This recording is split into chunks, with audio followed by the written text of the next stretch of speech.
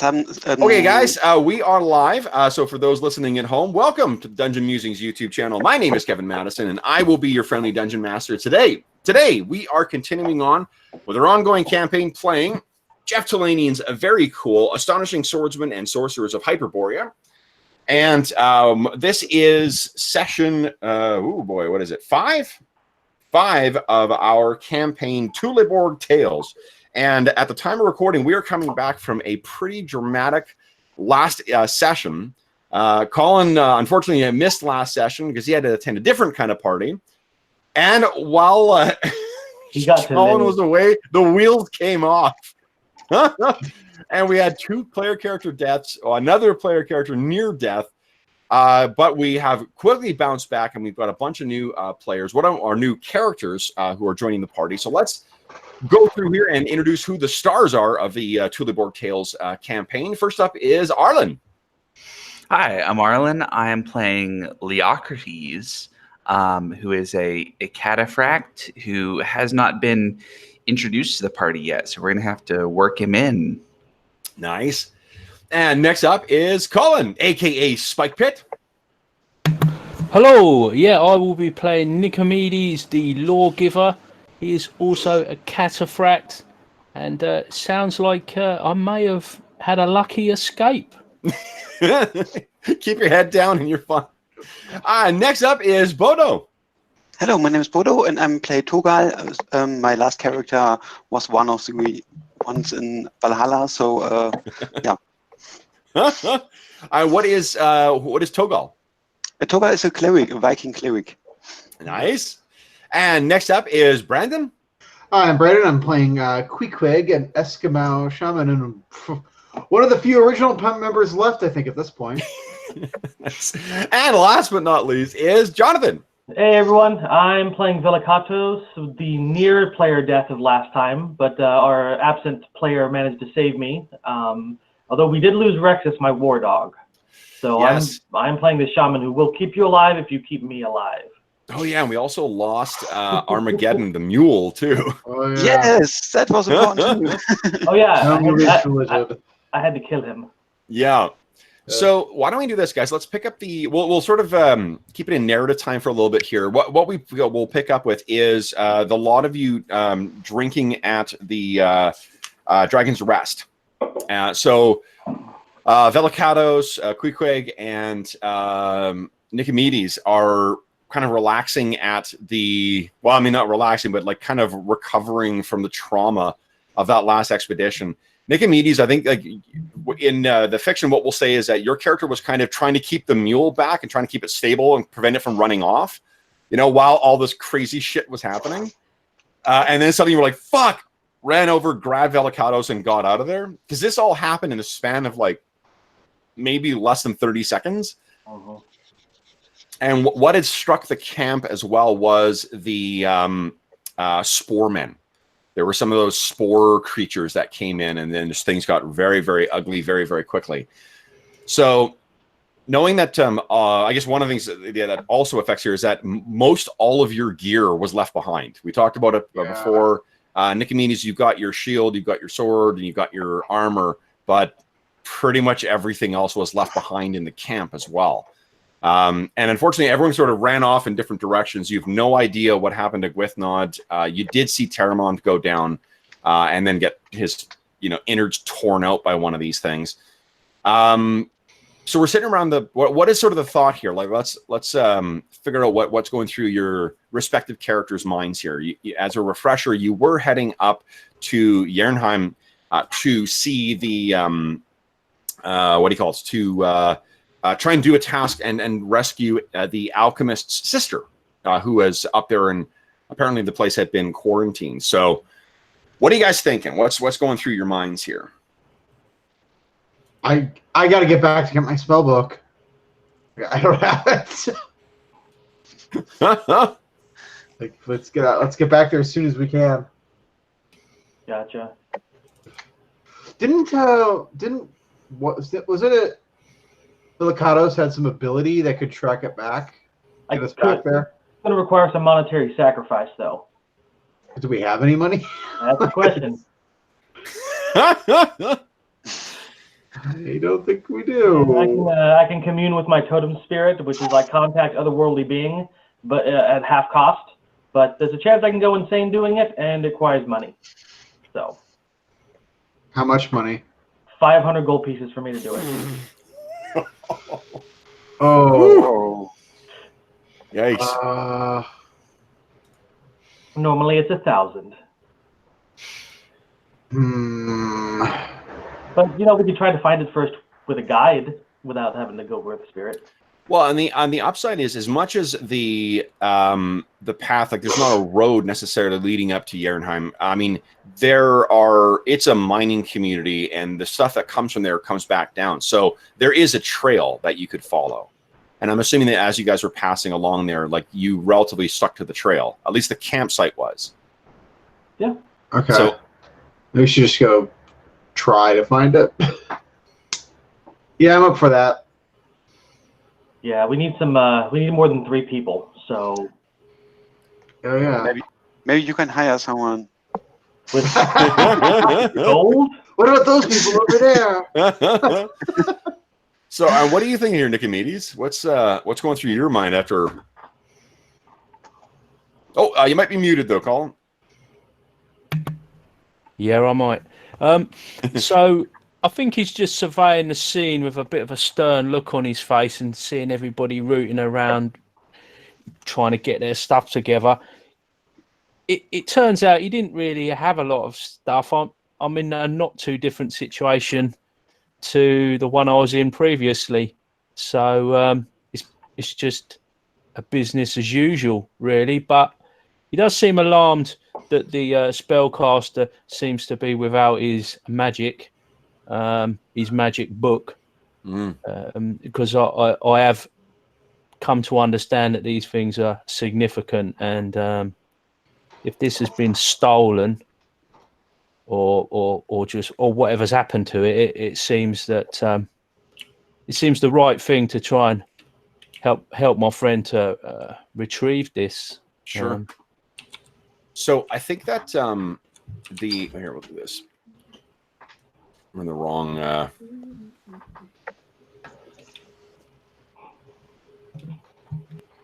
How are we drinking for so broke? I guess I would be spending money on. I think so. You guys have Nude the Survivor, or it has kind of taken a liking to some of you guys.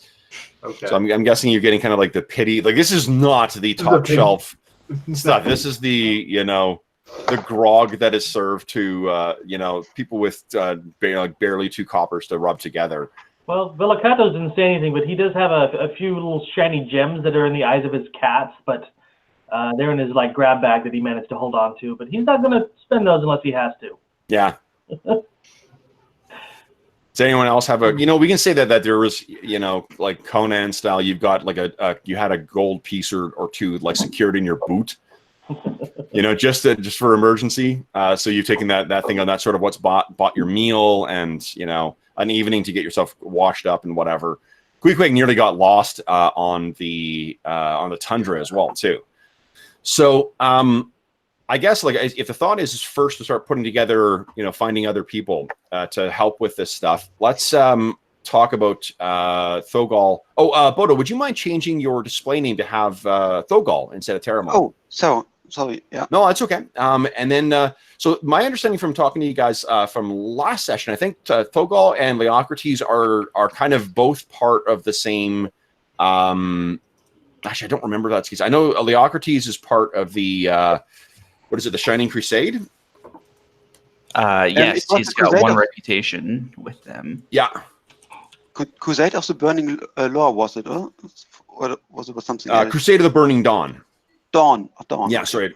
So a group of devout followers of Apollo and Artemis who see Tula as a wild and unholy land in need of taming. And I can't remember, were we saying that both of you guys were part of that? That both Thogal and Leocrates, or? Yes. Yes. Oh, great. Okay, great. So you guys are kind of talking around, and I mean, Nicomedes, given that you are a effectively like a knight as well, you maybe can you can see the cut of Leocrates' jib that he kind of seems like he's younger than you, I think. Yeah, I was gonna role play out this. Oh, sure. Yeah, go ahead. Yeah. So Leocrates, I rolled. Hold on. Are you trying to get some role playing in this role playing game, Arlen? Madness. Leocrates, he's I rolled randomly for his skill and he got innkeeper. So I'm imagining that he might, on his off time, help out at the inn, the Dragon's Rest Inn, and he sort of, in the process of helping, realizes here, and he comes up and kind of taps Nicomedes on the shoulder and says, Sir, are you a knight? I am, young sir. And why do you ask? And Leocrates is I think I assume Nicomedes is kind of middle aged. Leocrates, yeah, he's like 40. He's in his 40s. Yeah, I'm picturing Leocrates as like 17 or 18, and not clean shaven because he shaves, clean shaven because he can't grow a beard. And he sort of stands up straight, almost like a Prussian, clicking his boot heels together. And he says, Sir, it is my greatest desire to become a knight. Well, it's quite it's not an easy life, son. I mean, are you trained at arms, and what's your experience? Working behind a bar is maybe not the sort of thing. Oh, allow me to show you. And Leocrates runs off, and he kind of runs upstairs, and he comes back, and he's got a bow and 24 arrows a bow and a quiver of arrows in one hand, and he's got a long sword in the other. And he says, my arms, they are not sanctified by Apollo yet, but someday. Most impressive. And you've been tutored in the use of these arms? Yes, I know how to use them. Excellent. Well, pointy end.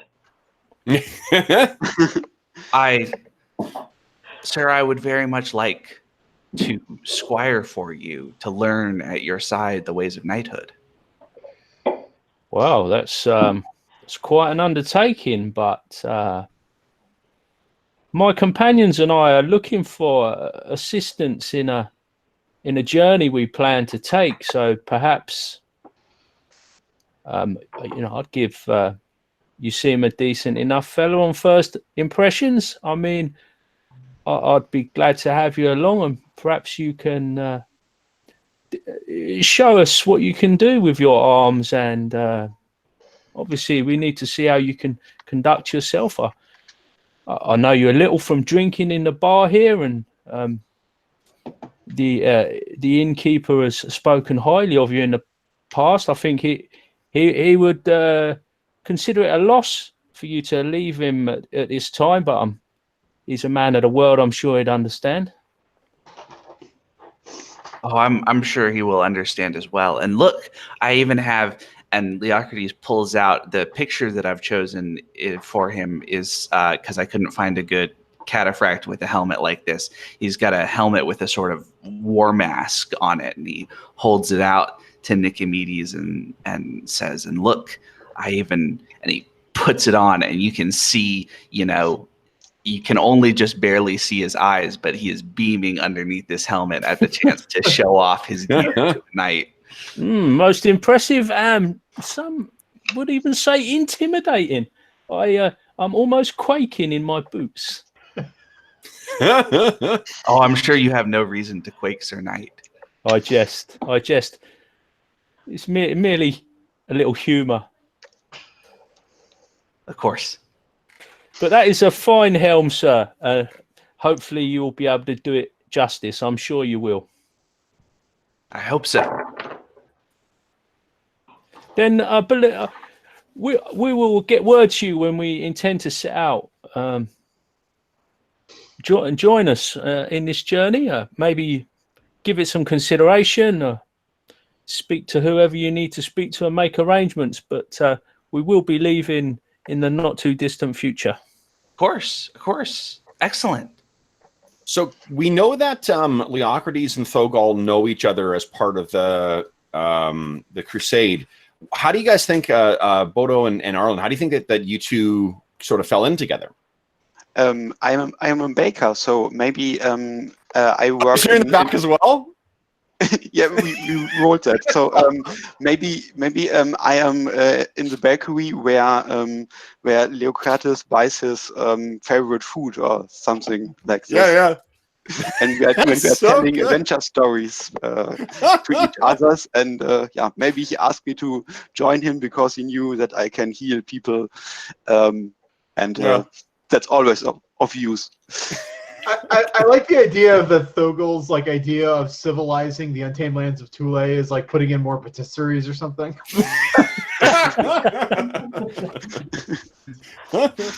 It could actually work. Oh man! Everybody's too carbo loaded to be savage.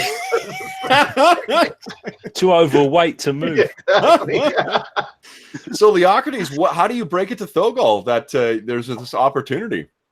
So I think we see maybe the next morning Leocrates now fully geared up in his scale mail. He has his helmet in his hand, his sword at his side, and he has a real spring in his step. He's so excited. And he comes up to Thogal. Does Thogal own his bakery, or does he work in a bakery? Or I work in the bakery.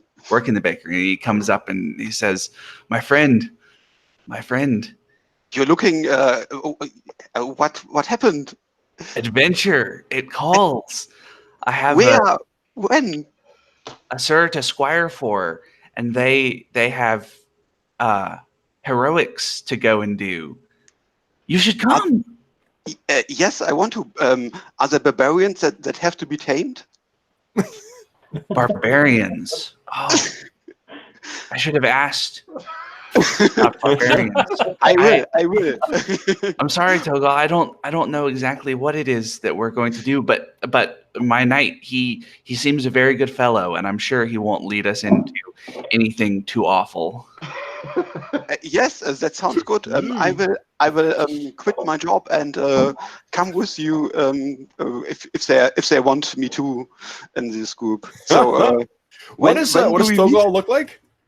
Thogal look like I have a picture of him in the main screen. He is a Viking character with hairs everywhere nearly, and Okay, so he's So I think like you're like, all right, and you start taking your smock off, and the baker who runs this place is kind of like, hey, what are you? And you shoot him a look, and he just like, the position will always be open. Yes, because every time he burns himself on the doing the job, I heal him, so he will keep this job open. Oh, nice. Yeah. Okay. So we have our heroes grouped together. Now, I think that Leocrates and Thogal are the only ones with actual disposable income at this point. So, can I buy a better armor then? what do you have? What's your starting kit? My starting kit is. So I don't think there's much gold left over with those starting kits. Wait, I have it. Studded leather is in my. I can wear any armor, but when starting kit is okay, then. Yeah, so you got 1d4 plus 1 gold left over. Okay, no, there's an. Well, it's more than what these guys have. So Yeah. All right. So what are you guys gonna do? We setting forth back on the way to Jernheim. How far is it, Kevin? I think it was 3 days travel, or 2 or 3 days travel. I think we might need to borrow some rations off of the innkeeper and settle up with him when we get back. Yeah. So you guys have 8. Well, he says, well, you're at first you're taking one of my staff with you, and last you left, I counted your number as 5, and you returned with 3. Perhaps something more. If I had Yeah, if I had a gold piece for each one promised to me by some intense adventurer, I would be a rich man. Well, Velicato's like sneers and then reaches into his bag and there's a little scuffling and he goes, ugh, and he holds out a little gem. Will this suffice? It will. It will. Yeah, how much did you spend on that? I can't remember. I think there were like 5 gold piece gems each. Okay. Either there were 4 of them. Yeah. Okay. So then, looking at rations, and I guess you're just taking standard rations rather than iron rations, right? Yeah. Yeah. Just because you're not planning on being out for, a month. Planning at least. Not planning, yes. So for 1 week for one man, standard rations are 2 gold pieces each. So for the 5, you'd be 10 GP. Well, how about for the 3 of us that don't have money, the other 2 can buy their own rations. Fair enough. So he's 6 GP for the 3, and then for the other guys, well, here you got a minimum of 2. So you, at the very least, you guys, Thogol and Leocrates, you could afford a week's worth of rations, so that might clear you out. I think most of the starting kits also come with rations and a water skin. Oh, do they? Okay. Yeah. Sorry, you guys may already have that then. So yeah, I wrote down that I have rations and a couple of water skins. Okay, so you guys are good to go for the first or for the trip. Anything else you guys wish to do? Sir Nicomedes, can I retrieve your steed from the stable? Well, yeah, that's an interesting question. You could, of course. However, I'm currently lacking in the steed department. It's it's a matter that needs to be resolved because I am at my best when mounted. This is that is my forte. However, the gods have seen fit for me to walk at present, and so I believe it's character building. Then I shall walk by your side. Good. Good. All right. So let's okay, so first thing I wanted to quickly load this for you. So it's not, I need to let it sit for a bit and then I need to add hex maps to it. But guys, this is boom. The map of Tula in general is pretty much done. Ooh. Looks good. So you guys are down in the far left corner there, but there is an awful lot of land to explore now. It sure is. We're definitely going to need horses. Yeah, or ships. Ships move a lot faster. Ships. Oh, yeah. Not for nothing, there is a shipyard in Thuleborg. How about an airship? Airships, yeah, Atlanteans have airships. No one crafts them, but... We need distilled ones. Sky pirates. Yes. So, where... okay, so as a frame of reference, where is Thuleborg and where is... I forgot... Sure, let me... place we're going to? Let me get... what I'll do is I'll just load it into a new page here and make it a little bigger so I can... Oh, fuck. It's down in the bottom left there, isn't it? It is, yeah. Yeah, they're both kind of in the bottom left. They're also, it's probably easier to see on Nude's map because it's smaller. Yeah, here we go. Let's do Yeah, this. but then Kev wouldn't be able to show off his big, massive... Yeah, That's true. It's like true. 2.5 months of work. So, all right. So here we go. You guys are situate you. Boom. Okay. Right around here is where Thuleborg is. Okay. And then Jernheim is, maybe it's over here. And then Jernheim is a little further north. Okay. I actually might be wrong with that. Maybe it's here. What I did is to let the map kind of be filled in as we go. I took all of the settlements off of it. Okay. So one sec here. There's my map. There we go, nudes. No, anyway, so that's roughly where you guys will be going. Let me zoom in, scooch here. Yeah, so it'll be down in that region. I think it's like down here is where Thuleborg is, and then you go up here, and then the scale is of course on the side there. So it's a pretty big region. Oh, wow. Yeah, so like it's a massive sprawling kind of continent. That's the spiky mountainous region to the west there a little bit. Where does the water go? Which water? All the rivers coming down from the mountains are pulling in the center, but Into that giant lake that's there. no, Yeah. Yep. must be new. Otherwise, it'd be like a swampland. That's cool. I want to go to this place. This place looks fun. Over there, yeah. That's where the, like, evil necromancer or something. I was going to say that looks super Necromancers, you say? inhospitable. On Nude's map, that island is called Hexo, and Hexo translates as Witch's Island. Oh, I want to go there. With you. Surrounded by towering. Yeah, this looks more like a necromancer place up here for some reason. It's a weird kind of shape. Yeah, there's very few, and then there's that on the far west. There's that massive walled off area as well. Oh yeah, Mordor. Yeah, Not gonna be walking into that place. Yeah. there's all sorts of fun places to explore. Okay. So, and I have not yet loaded. I haven't added the hex map. Well, for one, because this map is going to be fucking huge with the hexes on it. Nice. So, it's unlikely it's going to be useful. What I'll do is do kind of bite-sized chunks of it as we. 144 miles. Holy cow! Yeah. What resolution have you got that at, Kev? That must be like. This is a scaled down version. At the full, to give you context, my my art computer, I have to actually wait about 10 minutes for it to fully save. I was gonna say. Yeah, it's well, I wanted, like, what's happening is all of you guys, when it's actually finished, I'm gonna get like big, beautiful printed versions of it, and everyone's gonna get a copy. And so everyone who plays in Thule is going to get a copy. And I wanted to make sure it was done in a high enough resolution so that you can like go right up to it and see, shit. Is this the size of Africa? Because it looks about that big. It is side to side. It's actually close to the width of Canada. Oh, okay. It's got the weather as well, hasn't it? Yeah, yes, it does have the weather.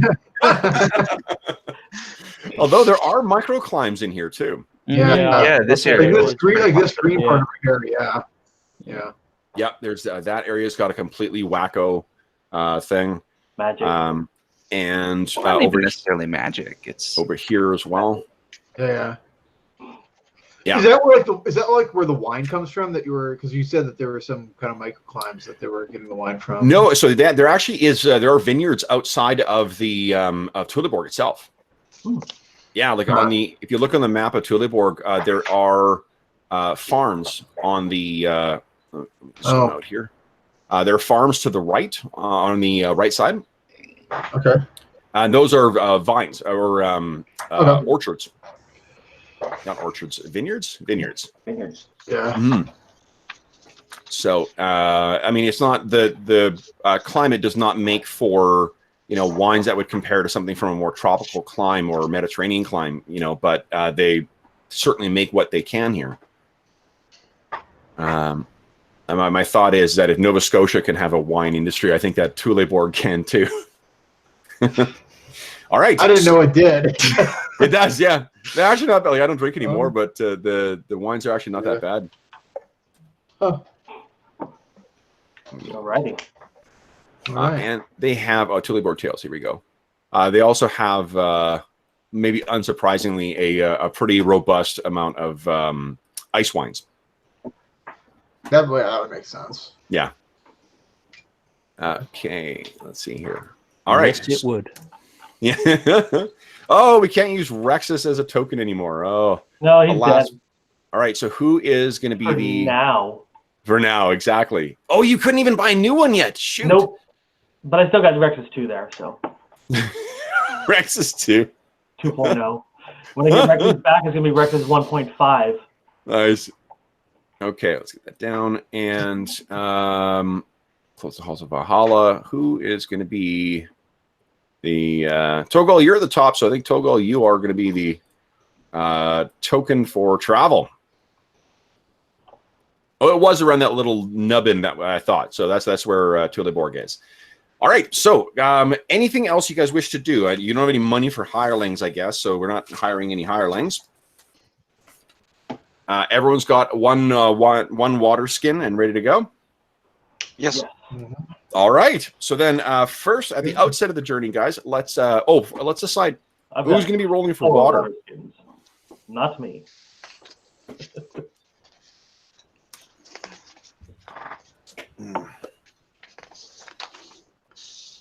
Yeah, I can do it if nobody wants. Okay. Yeah, go ahead. So it's a percentile roll, please. Yeah. Oh, and I got to change the audio cues. No more medieval fare now. Frozen waste. So I'm gonna 58. As we go, I'm gonna start picking some berries if I see them. If you go through the vineyard, yeah, probably you could grab some fresh berries. You can have good berry. Gotcha. All right. I'm gonna cast that spell as we go. Let's see here. Gotta make sure it's picked up by the mic. All right. So the first half day of travel, guys, passes uneventfully. And then later in the day, you continue on the way, and it passes uneventfully. Now, in your party, let's see here, you have a cleric, 2 cavalier or 2 cataphracts, a shaman, and a witch. So no barbarian, scout, or ranger, or huntsman. So let's check for being lost here. No, don't want to be lost. Maybe we get lost and we find our campsite. Maybe. Okay. So actually, you know what, guys? In spite of, let's do this here. So you get to sort of the region where you know the thing was, and you'll start searching. I'm assuming that what you did is you went off the road. You were just camping in the middle of the road. So it is a matter of kind of stopping and trying to find that specific area. Very clear. Oh, nice. Okay, so I can't. If I follow that link now, Colin, it'll change the stream, but I'll follow that afterwards. That's super cool. Just while I thought of it, that was all. Oh, thanks. And that is, I tell you, as a non sequitur, the clear, clean line is something I have worked on for about 5 years. My style was so sketchy before that I've really been working on a cleaner inking line for the last little while. So that I greatly appreciate that. Thank you. No worries. It's all about the lines, man. It's all about the lines. Okay. How am I going to handle this? Let's see. I think you guys will be having to do an exploration thing here. So, who's going to take the lead on this? I think. Well, who has the highest wisdom? Probably Thogol, right? I have 18. You have 18? I'm a shaman. It's my. Oh yeah, right. Of course, yeah. I have 18 too. So we have 2 people with 18. Okay. Wow. Okay. So then, let's do this. I'm trying to think how to set this up. So what you guys need to do is you'll need to basically do like kind of a grid search kind of thing here. And I think what we'll do is we'll have I'm going to roll 1d4, and this will be how many basically successes it'll take you, how many passes it'll take you to find this camp. Okay. And then I will start. I'm going to roll random encounter for each of these as well as you're wandering around. And then either who wants to take the blame or credit here, Velikatos or Thogol, for a D6 roll. Your wisdoms are so high. And I think, Velikatos, you're more familiar with sort of the wild, so I'll let you take. Maybe that's. Yeah. I'm kind of talking my way into this here. So you'll make the roll 5 or less, and if you succeed, we'll see what happens. Okay. Is there any modifiers I can? No, it's just because what I'm doing is basically creating a test for wisdom. Okay. Here we go. It seems more realistic that we wouldn't use the new guy either. Yeah. Oh, totally. Yeah. That's right. He's a baker. What does he know about the wilds? Yeah. Well, you guys, I wasn't suggesting that. More untried. Don't Untried. piss off your cleric. the whole trip out there, Thogol's just telling you about his recipes for scones and for Poisson. exactly. All right, so you it actually doesn't take all that long. It's only maybe like an hour or so before you stumble across what remains of the camp. And let's actually go to the remains of said camp. Watch out for spores. Now, let's see here. We need to... And Pheromone's zombies. Yeah, we need to create some new tokens here as well. So, I'll move that out of the way. Woo. Black screen. Oh, Armageddon. We miss you. Okay, so we got Nick in here. We got Velicatos in here. I think that did Queequeg run off into the dark? I ran off to the right. Yeah, it was kind. I think it was actually. Yeah. Oh, there you are. I see it. Yeah. Yeah. There's a dead bear in there too. Yeah, he was up to the upper left of the fire. Yeah. So I'll get you guys in here, and then give me 2 seconds. I'm just going to get the tokens for our newest heroes. I'll load it up here. Boom. Togol. I can see the health bar. Is it? And I can figure out how to activate it. Oh, yeah, it's okay. I got to set it up for you. Okay. Give me 2 seconds here. Visible to everyone. First bar is going to be your hit points. Show your name. And give you sight. Boom. Thank you. Okay. There you go. And then for... Where are you? Leocrates. Get you out there too. Boom. Resize ya. Okay, make your bar your hit points. You have no temp hit points or anything like that, right? No.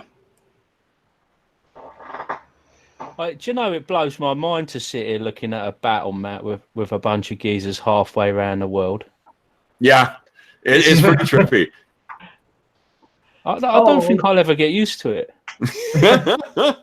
Is Rex's body gone? Rex's body is still there. Okay. Oh, hold on. No, it'll be gone, actually. No.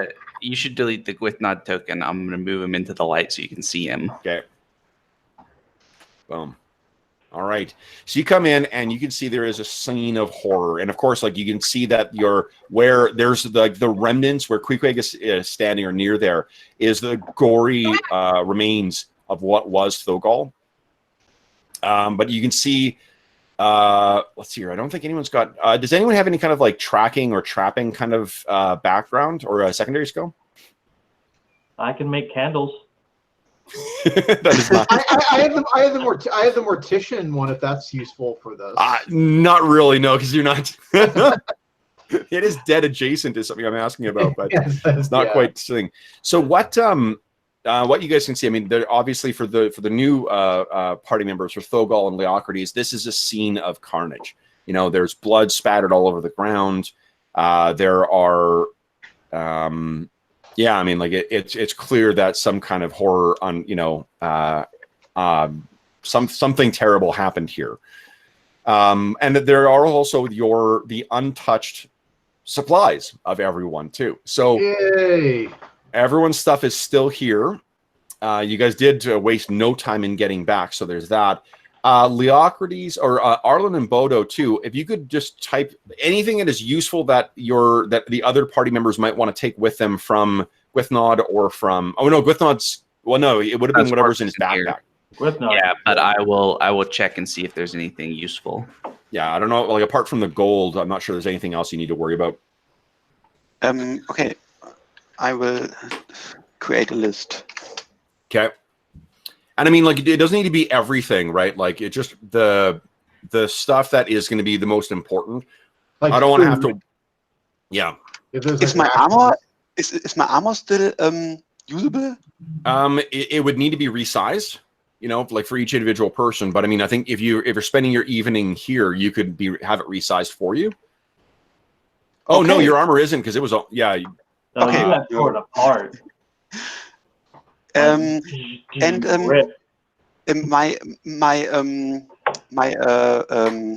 new pouch. Is it? It was in your stomach when you went down.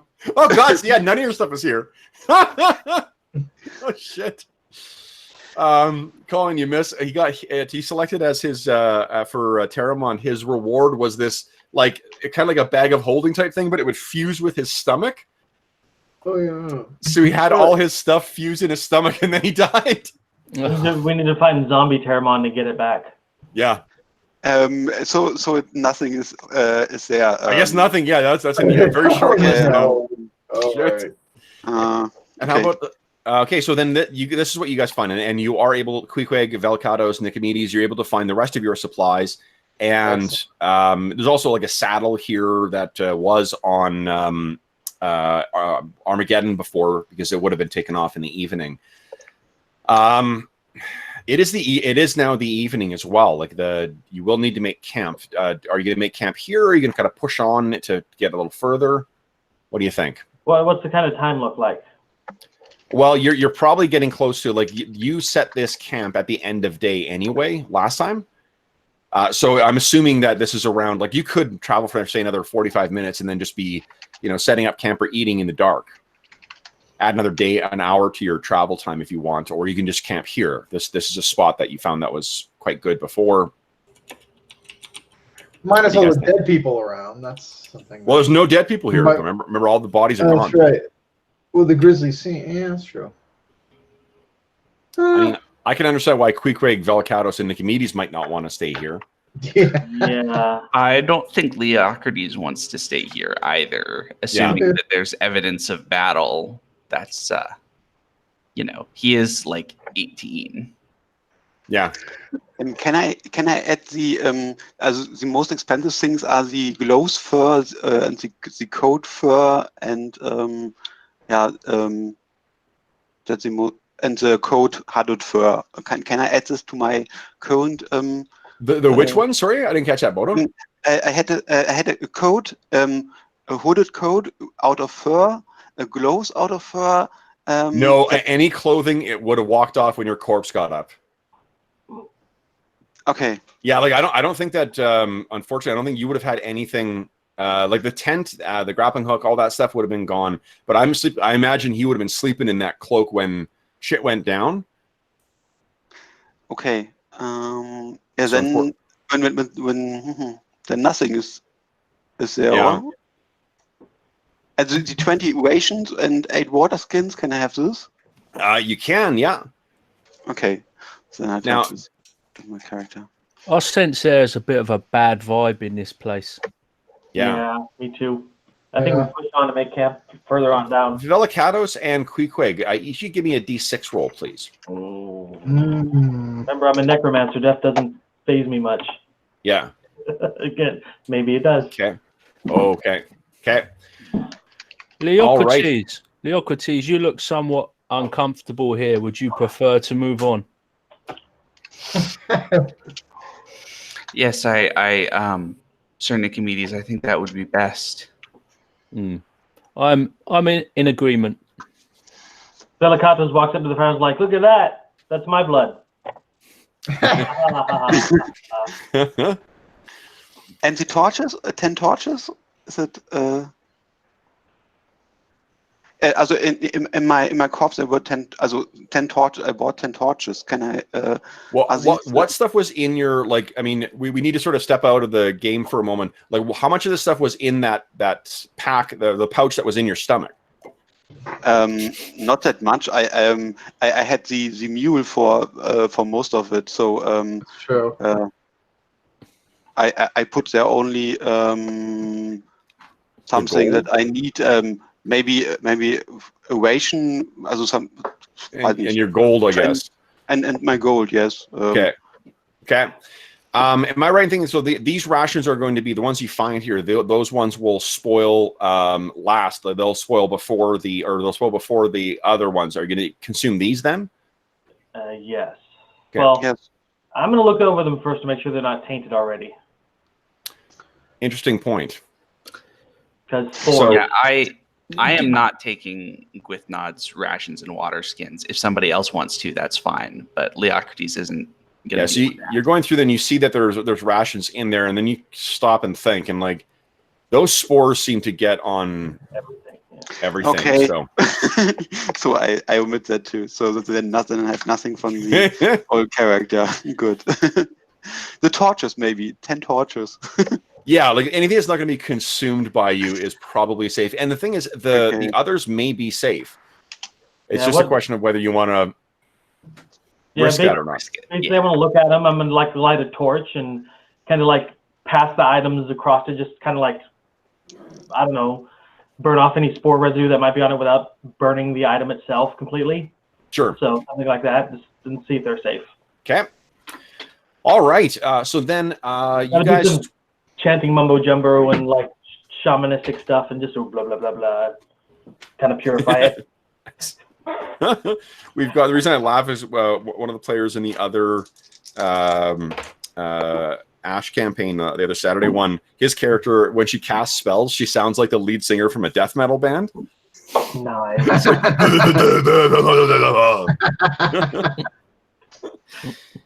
Okay. So as you guys make your way over, you can see that there is a flight of starling, of birds flying in a formation over you guys, and they seem to follow you along in the dying light of the day. And as the orange tendrils of the horizon of the setting sun begin to kind of arc their way across the west, those things seem to and be moving in a formation. It may be your imagination playing on you, that you can feel like there are symbols that are being made by them, but it's just a trick. I also feel that they're geese, Kev. The geese, Canadian geese. Consistency. Absolutely. Although I did do I did a road trip through California about 6 years ago, and I found it hilarious to find a bunch of Canada geese in like Monterey. Oh, we've got loads of them over here. Really? Yeah. Battersea Park in the centre of London, mate. There's loads of them. Jeez. Yeah. They're fucking horrible. They're such surly animals. They are.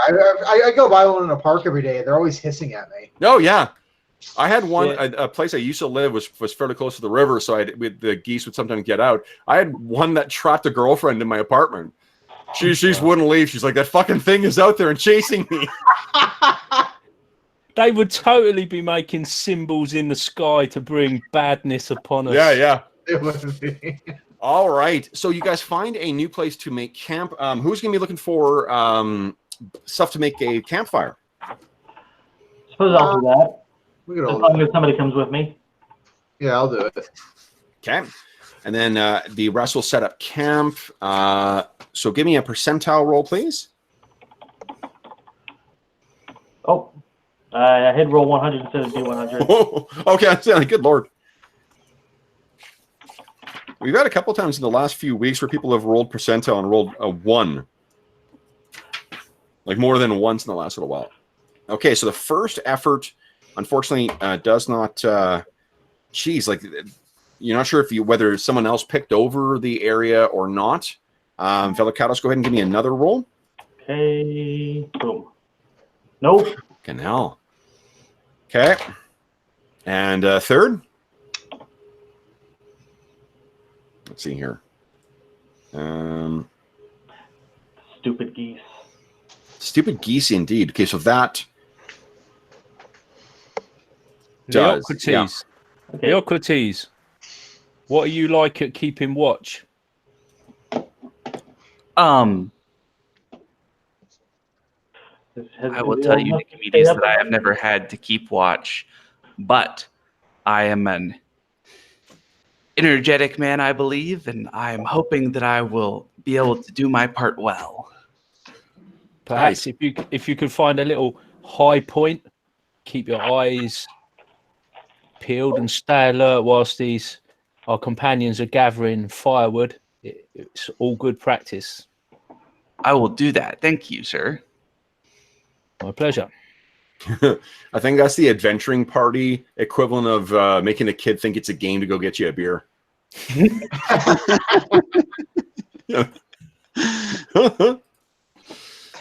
Okay. So then let's start. I'm just adjusting. I started doing in another game this thing with the overlapping bars in the tokens, and it's helpful to not have it overlap into other things. So I just reoriented where they are. I like that. Yeah, me too. Okay. So we've got our order. Let's see how the evening passes. Let's roll one more dice. So, Thogol and Leocrates. I take it this is your first evening out on the wild tundra of Thule. We saw some dead bodies, and yeah. Although I'm wondering if Leocrates is young enough that he might have, like, on a dare, spent the night outside the walls of Thuleborg with some friends or something. So It might not be his absolute first time, but basically his first time. Yeah. So the, I mean, obviously that you have heard the tales of the hideous and horrible things that lurk out there. You've heard that your traveling companions, if one of them is intent on kind of ribbing your character, if the trauma is not too fresh, that is, they've been telling you of the horrors that befell the last adventuring party that set out. You've heard of a shipwreck as well, too. An entire ship of heroes. The Viking vessel called the Gallant, completely wrecked. All crew members lost. And yet, for your first evening amongst the stars, and the wilds and dark night of Thule, nothing happens. So the evening passes uneventfully. Let's go. Okay, let's head back to travel map. This means we get to explore more of the map here. My goodness. Okay. Now, once I get the thing set up here, I'll situate you guys here. Boom. There you go. Okay, so next, are you traveling north or I guess northeast, northwest? What say you, Velikatos? Well, if we head further away from the coast, there's more chance of getting lost. If we go towards the coast, we can always follow it back. Yep, I agree. That's my words of wisdom. Okay. So let's reveal that. Wise counsel indeed. Okay. Oh, and Velikatos, give us a water find roll. Guys, your water skins are empty now. Ooh, D100, right? Yes, please. Hey. Okay, nothing. Maybe someone else. Okay.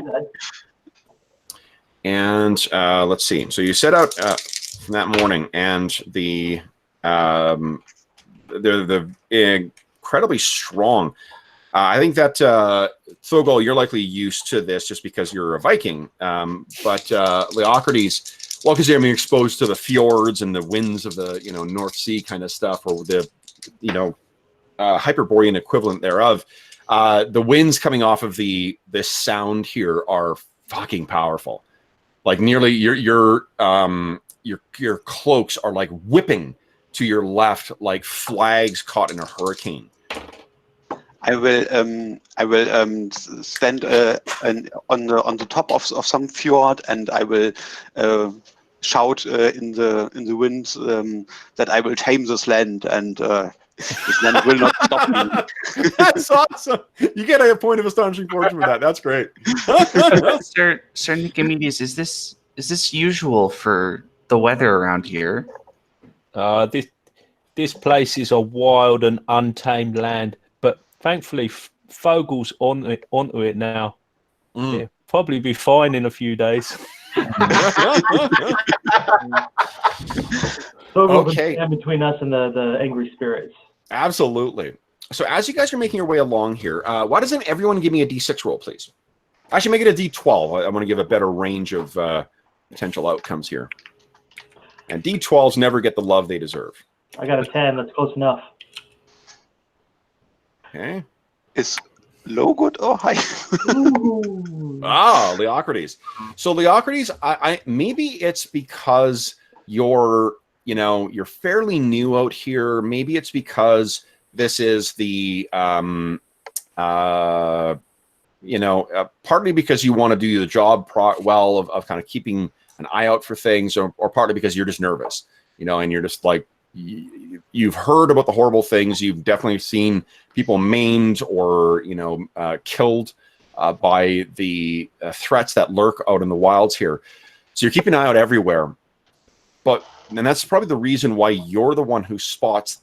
So off to your left, not far in. This is a part where the sea has, or the coast is raised. So there's some cliffs that sort of lead down to the beach below, the stony beach, and about maybe a half mile inland, you can see there is this conspicuous kind of like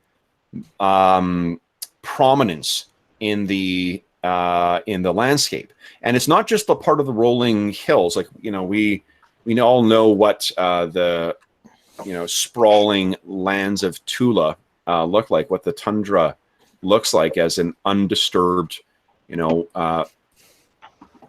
of flowing, a bit of little crops of stone and lichen and whatnot. But this is something quite, it seems quite distinct, which is what catches your eye at first. And the second thing that catches your eye is that saying about how there are no straight lines in nature.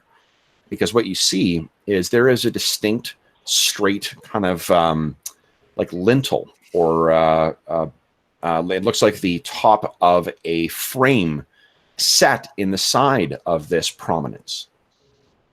You've heard about the various cairns and whatnot that lie in the sprawled across this ancient land. You may actually have spotted one. What do you do?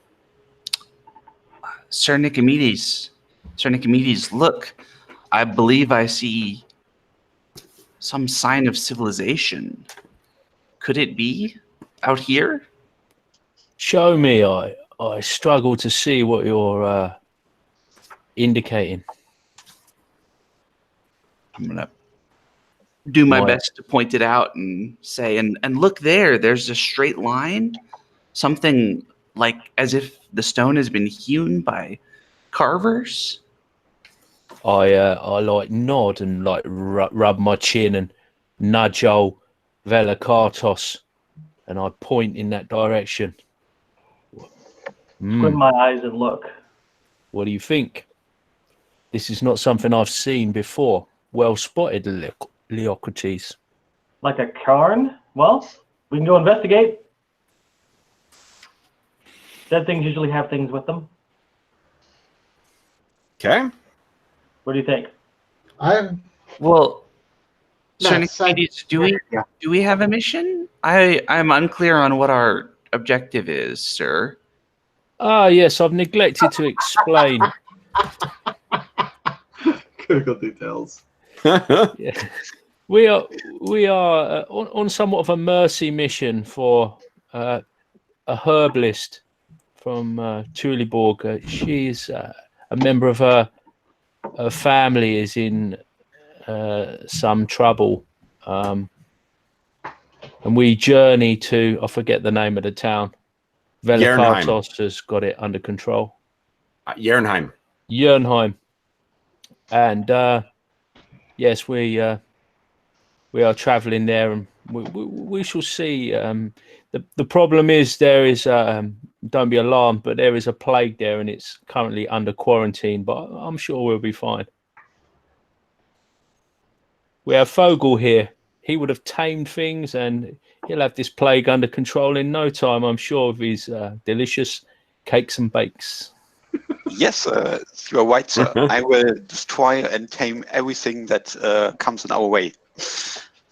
Plagues. One of the things that will be, one of the things that'll be part of your what do you call it? Part of your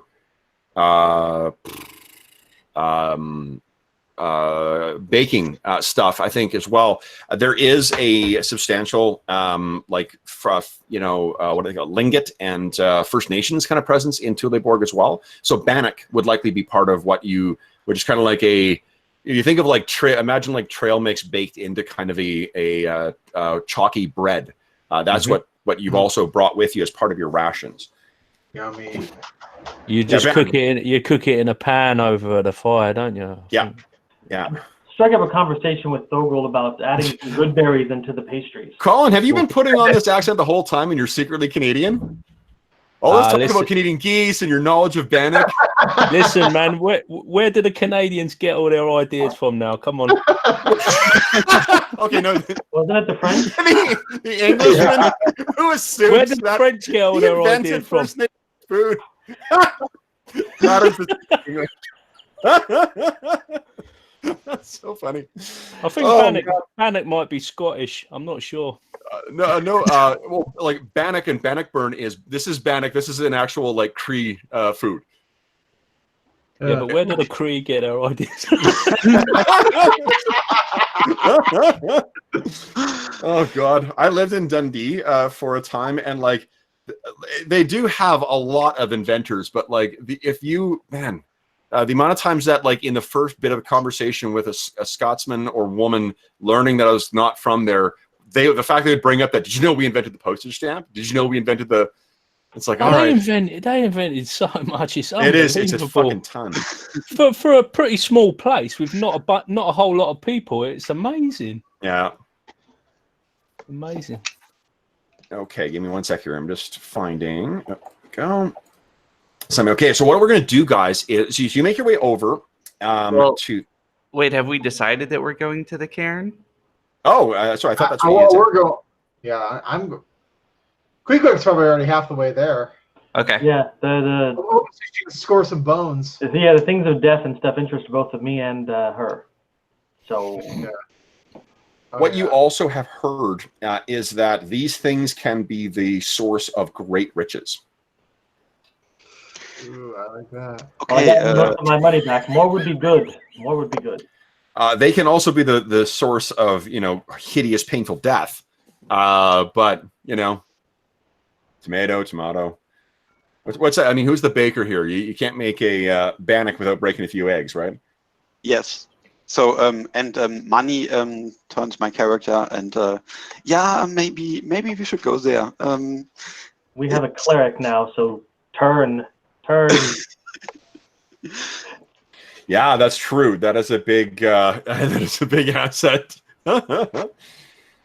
Okay, so I'm just loading something up here. This is actually a random encounter too, which was pretty awesome. So I cleverly, when I was so enamored of Barrow Maze, if you're not, for those listening at home, so Barrow Maze Complete is this great mega dungeon created by Greg Gillespie, and one of the things that is in it that I think was a late addition is a random generation for barrow mounds. Like, there are no like random mounds in the rules as written, but he gives you some great stuff for randomly generating barrow mounds, and I thought that'd be fun to do in this. So what I'm doing is quickly loading this stuff up into the program. Yeah, and if you're watching in the UK, good luck with getting that for sensible money. Oh, really? Yeah. What about like something like Lulu? If you got the PDF and they got it printed on Lulu, is that? Yeah, that might be all right, but it's just doesn't DriveThru does DriveThru not have like local printing for you guys? Because recently, this is a bit of a non sequitur, but I mean recently they changed. Before I used to get dinged with import charges or custom fees every time I ordered a print on demand thing, and then they suddenly about 8 months ago they changed it so it's printed in Canada now, so I don't get fucked by that. Yeah, I mean we have got local printing. It's just, I don't know, man. Print on demand is not super great. Yeah. In some ways, I think I'd prefer a PDF sometimes to having print on demand. It depends. If it's a softback, that's fine, and I don't mind a softback. I think some perfect bound stuff sometimes works better than having what's essentially perfect bound with a hardcover on it. Yeah. That can be a little bit not so good, because I like the proper sewn well, everybody likes a proper sewn binding, don't they? Yeah. But, with them, I mean, these are small enough. Both of my Barrowmaze Complete and my Forbidden Caverns of Archaea were print on demand ones, and because they're only, an inch thick, so they're not really. They feel like, as opposed to like my Mage 20th anniversary, which feels like every time I open it, I'm taking my life in my hands as to whether the pages all fly out. Yeah.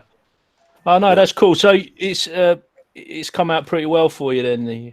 So far. I mean, I use it a lot. Like, we ran 42 sessions of our last Barrowmaze game, and we started up again, and the pages feel solid and they're in there. So, and it's black and white too, so you're not losing the like the quality of the colors don't look washed out.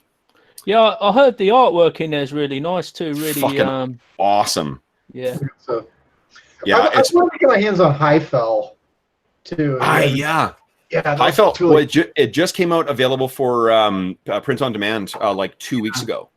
Mm. Yeah, well, if you get one, let me know how it is, because I will. Yeah, because I like the other ones an awful lot, and I'm interested to see what the difference is on Highfell.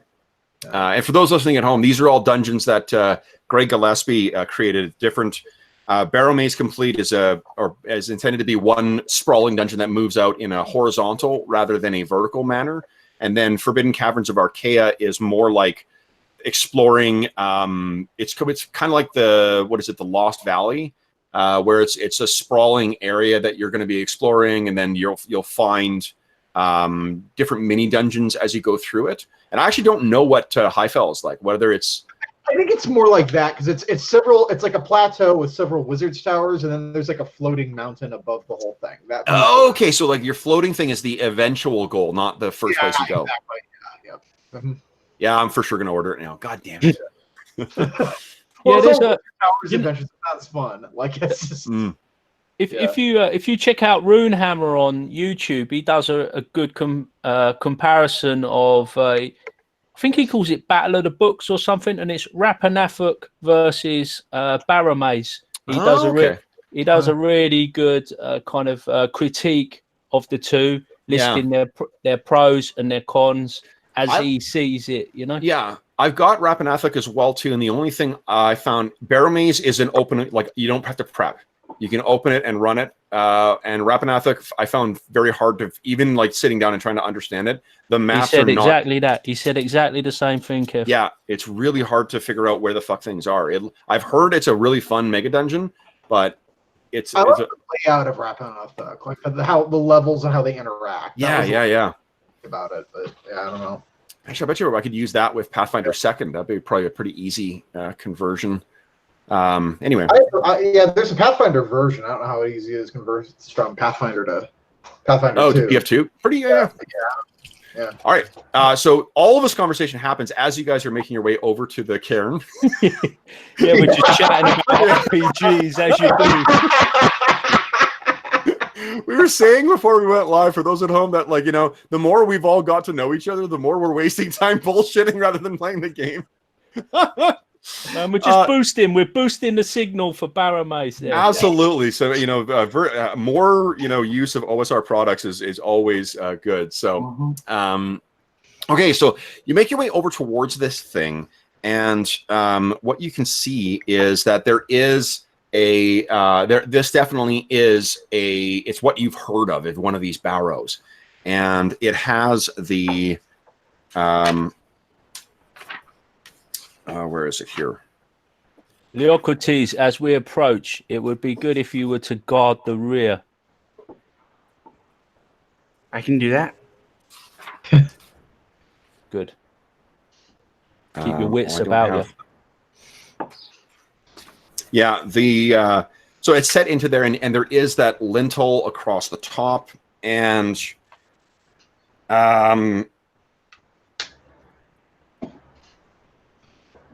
then there are markings across the lintel as well too, and there's a heavy, solid slab of stone that is set across the ground, like as if something to seal this this crypt. And it seems like it's been here for quite a while, because lichen has overgrown most of this thing. It's a testament to Leocrates' keen eyes, no doubt a virtue of youth. for how quickly he spotted this thing. He shows promise. Thogol, I take it you are literate in Old Norse, right? Yes.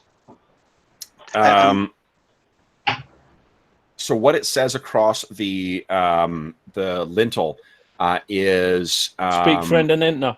yeah. What it says is let's see here. It says cursed lay the water witch. Cursed lazy water witch. Yeah. I think we're about done here then. That's fine. Nothing to see here. I tested the others, but I don't get it. Velikatos looks at Queequeg and is like, are your witch powers stronger than the water witch? I somehow doubt it. Oh, that fills me with confidence, Queequeg. I look around the area to see if there's like alternate ways in, maybe that are sealed by magic. I know. I mean, this you're not certain whether this thing is sealed by magic or not. Like a small opening, like maybe an undead cat could squeeze through. It otherwise seems to be a completely, it's a barrow, but it's one of those ancient styles of tombs set by digging directly in, to a structure and then filling it up, afterwards. A long barrow or whatever. Yeah, exactly. Okay, well, so Velikatos throws caution to the wind, takes his short spear and goes thunk, thunk, thunk on top of the rock. Okay. Then listens for an answer. Okay. So let's see here. The bold choice by our resident shaman to thump on the door. Let's see. If the water witch responds, I will barter with her. Okay, and you bunk, bunk, bunk on the stone slab, pitted with age, overgrown with the lichen, and no response comes. It's probably for the best. I do it thrice more. Doom, doom, doom. Doom, doom, doom. Doom, doom, doom. No response. Just this howling of the wind coming off of the bay. Or is it the wind? Well, either she's really dead or she's not there. So what you have heard, again, in town is there's two things that these things typically contain. Riches and horrors. Witches. Oh. Yeah, and witches. Riches and witches. Better. Yeah, yours is better. This is why you have an editor. Bro, witch. Whatever You're I gonna have be my... rich. So what do you guys think? Oh. Shall we risk it for the riches and rewards? Risk it for a biscuit. Oh. She doesn't seem to be there. I suppose there might be some bones in there. Okay. So this is what I propose. I shall protect us from evil, and we shall crack it open. All right. I think protection of evil is self-only in this game. It is, but it's, they don't know that. That's so good. Are you sure it's working? I don't feel anything. No, you're good. I believe you fellows call that a dick move. Okay. Well, that is perfect timing for us. Well, first off, I guess to get the thing open, what we need is a feat of strength. I got 14, but I'm not the strongest. So. Yeah, I'm going to guess it's either Nicomedes or Leocrates who are going to try and get this sucker open. Who would like to try and put their back into it and pry this thing open? Because no one has... Does anyone have a pry bar or a crowbar of any kind or anything like that? No. No one thought to get a mallet or of any kind? No? Got a short spear. No, I generally don't spend my time grave robbing. Okay. But it would appear that the present company does. Okay. So Thogol is pretty eager to get in there, tries to throw the thing open, and it does not even budge. Who would like to try next here? Oh, I'm definitely casting my protection from evil. Yeah. Leocrates, should we assist our companions and attempt to open this, assisting one another? I shall follow your lead, Nicomedes. Yes, I'm not sure that it's a great idea, but I feel that we won't get any peace unless we open this tomb for these grave robbers. Okay. If you would have said no, I'd just walked away. You know. Go ahead and give me a feat of strength, please.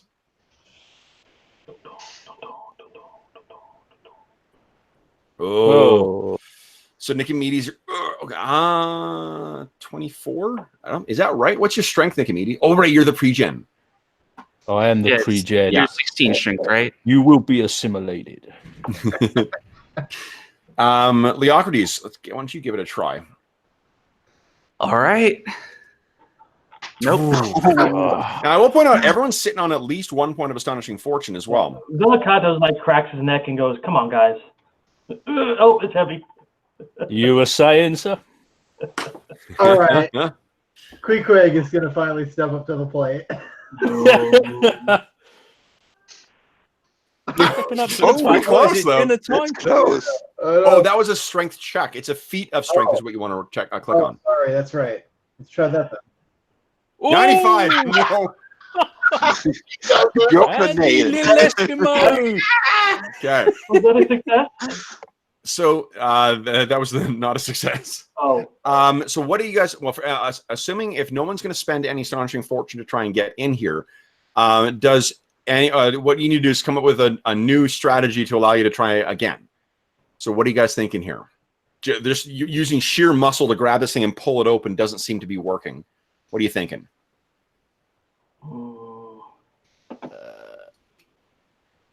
I believe you call it leverage.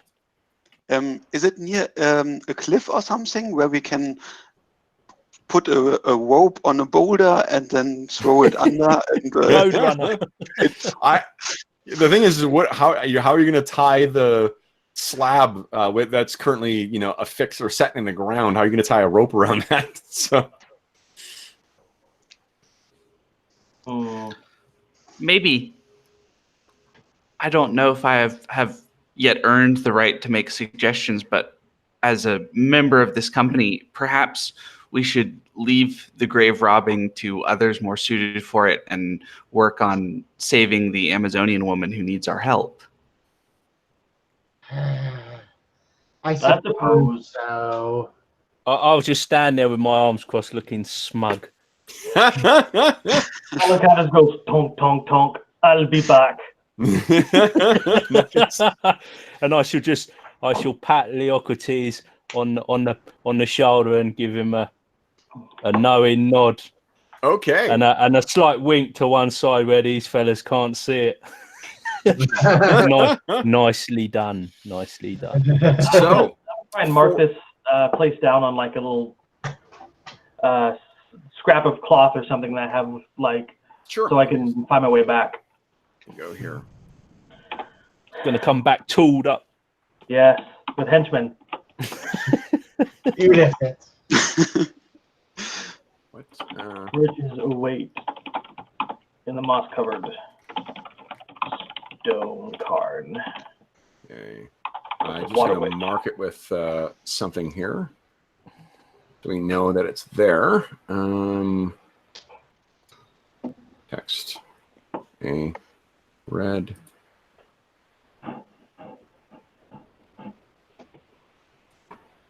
Let's do this here. I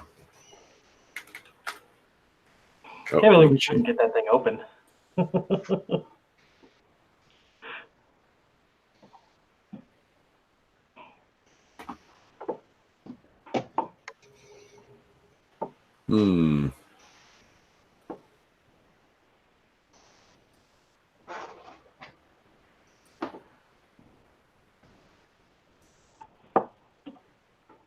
Okay.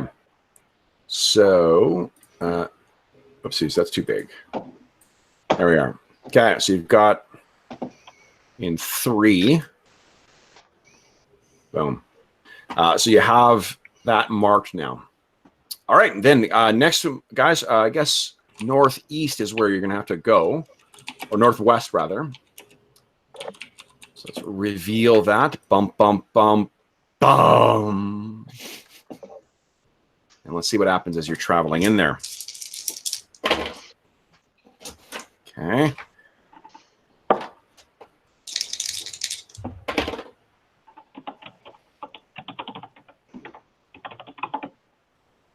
Okay. So what happens? Oh, you know, we're at our 1.5 mark right now. So why don't we just, let me set up the scene here. Then we'll take our break and come back and deal with the consequences of this. Consequences. Let me just grab your tokens here. Go. Doesn't bode well. Nobody wants to see that battle mat, Kev. Put it away. Hey, now we can loot with that stuff. Okay, so let's see here. Who's in here? Oh, there's some undead dogs. I love me some undead dogs. Oh. Rexus. See here, boom. Put you guys in here. Boom. There's no campfire, though. Go ahead and put yourselves in your marching order, guys. Assume the top of the page is the, what do you call it? Here, I'll put you where you are here. Boom. Top of the page is going to be the front, and the bottom of the page will be the back. Okay. I'm comfortable taking like second or third position. I'll be right. Or I can take up the rear. Okay. Oh, and it's exterior. So I can make use of... I'm fairly decent in combat.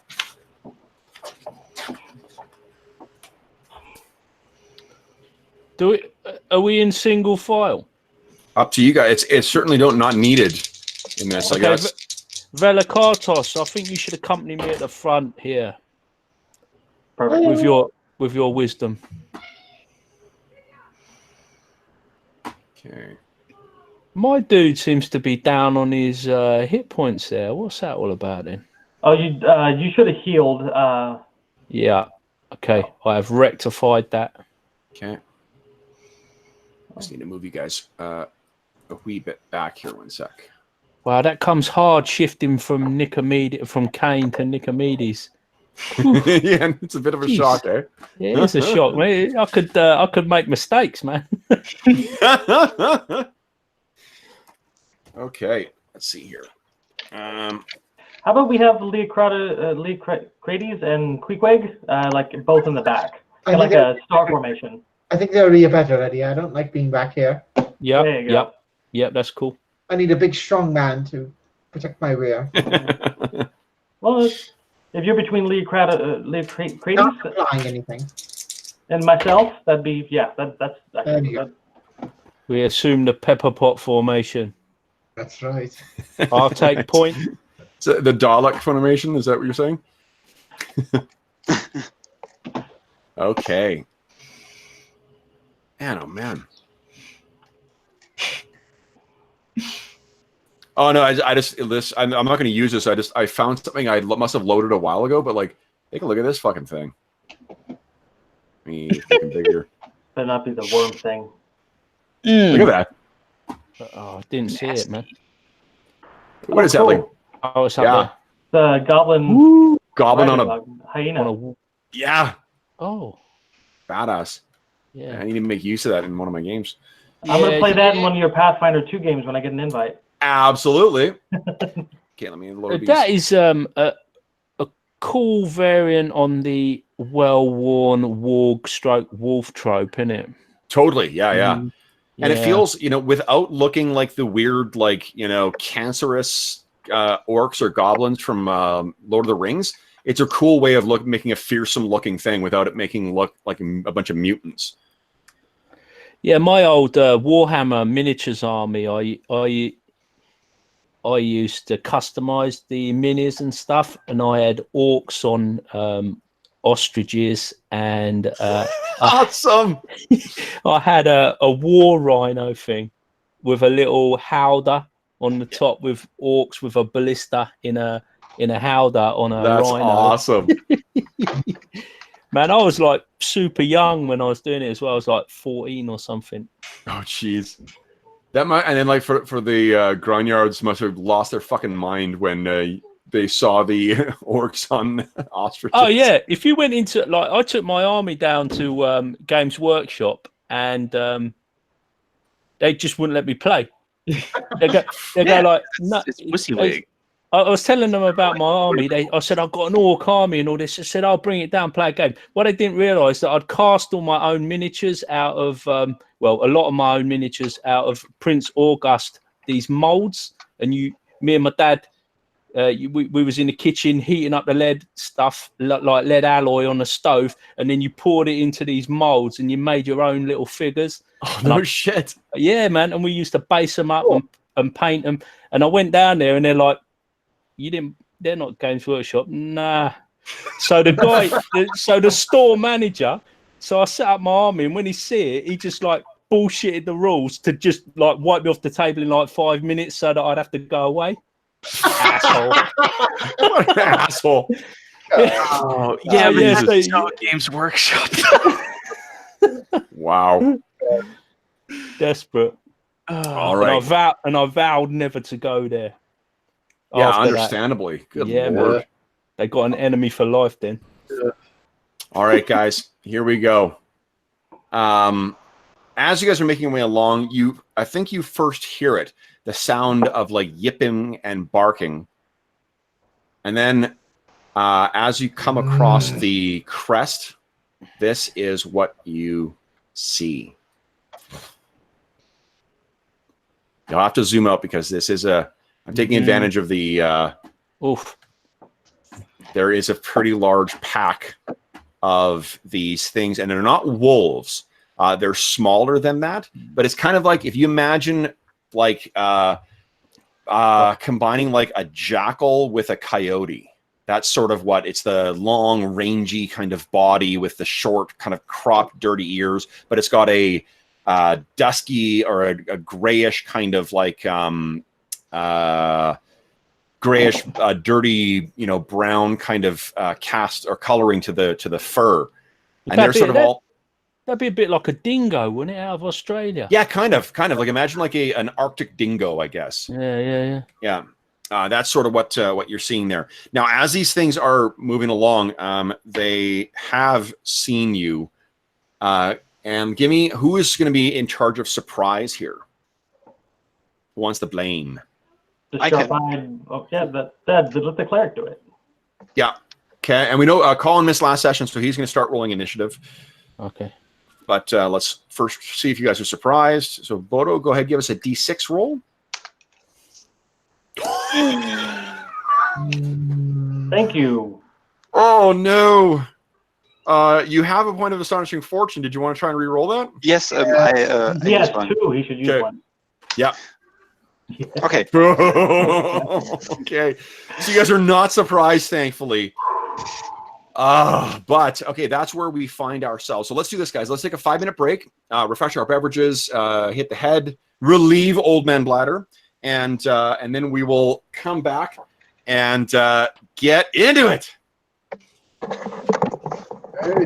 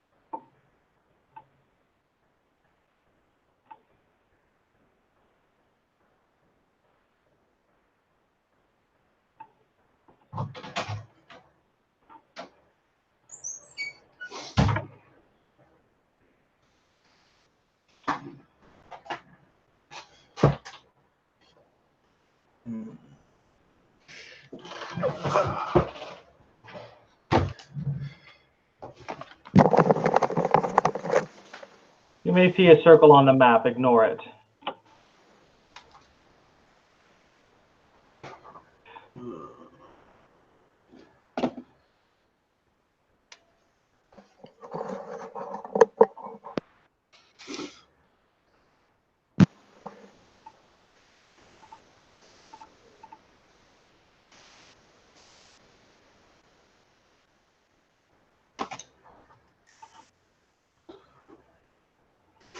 If I can. How do I grab these things on the map? Whatever. I'll do it later. Whew, this is going to be fun. Shall I entangle them? Yes. I was thinking I could possibly cast sleep on them. Too. This might be a good use of that. How many can you hit with a sleep spell? Let's find out. I think one. No. We can do both. Yeah. We probably will need to do both. Let's see what we got here.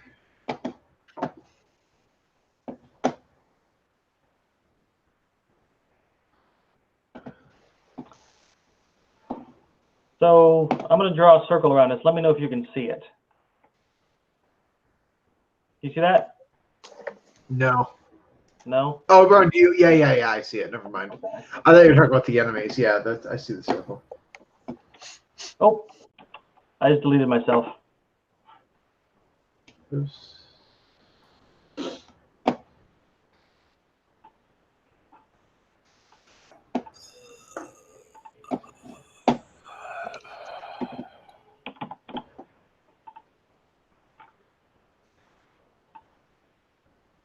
Well, that's not good.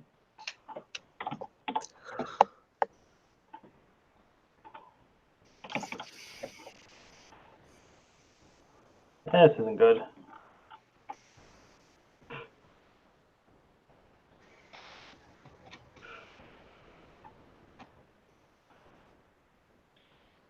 Need to resize these things.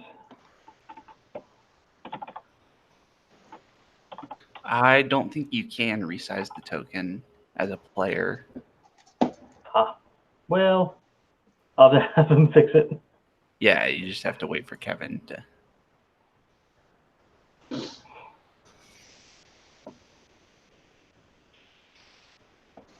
Okay, so 30. I get a 30-foot diameter, and it puts 2d8 HD of creatures to sleep. Oh, that's good. Yeah, so we can probably take out. No, I don't know. Let's see what we got as far as 30.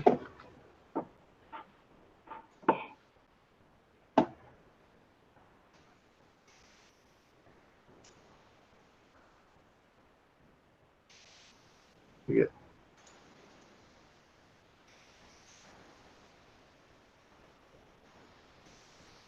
So I could probably get. Let's see if I can draw. I could get like those 6 up there. Oh, remember, they're going to be able to move before they get to us, so before we can do the magic, right? Or the did we lose initiative? No, well, we weren't surprised. We haven't rolled initiative. Oh, that's right. How the phase system works. Sorry, I forgot about that. It's...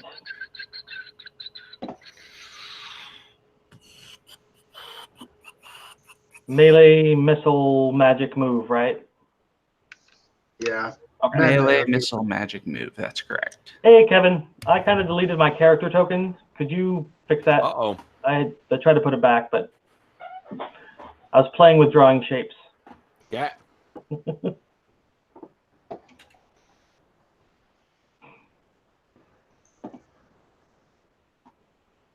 Okay, select this again.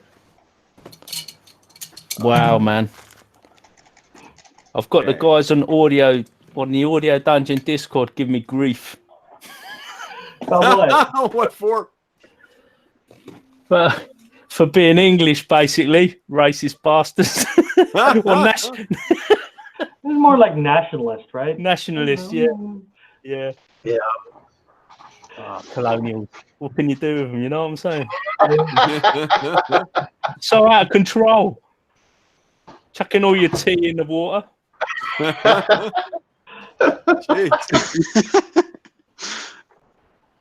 Oh dear. Nameplate. And... You'll come round. You'll come round. Give it time. Perfect. There we go. Okay. Hey Kev, did you get any copyright strikes, man? Did not, no. Although I rewatched that session and fuck was it good. Oh man, I felt a bit bad afterwards. I didn't realise.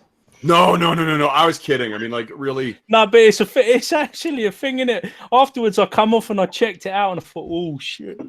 Yeah. No, that's the reason we can't like use like Lord of the Rings music when we play. Like once at the end of the month is when we have to switch over to using OBS to stream instead of using Hangouts, and we'll be able to use the upside is we'll be able to use the audio that plays in the games. But that's all. I'm assuming it is all open source, so I'm not concerned about streaming with that. But if you stream a copyrighted song, it's a surefire way to get a copyright strike. And like, your channels are only permitted 3, and then you lose your channel. Yeah. Oh shit. Yeah. Okay, so, I mean, you can appeal them, but say, oh, it's just that English twat. That's what everyone else says. Not at all.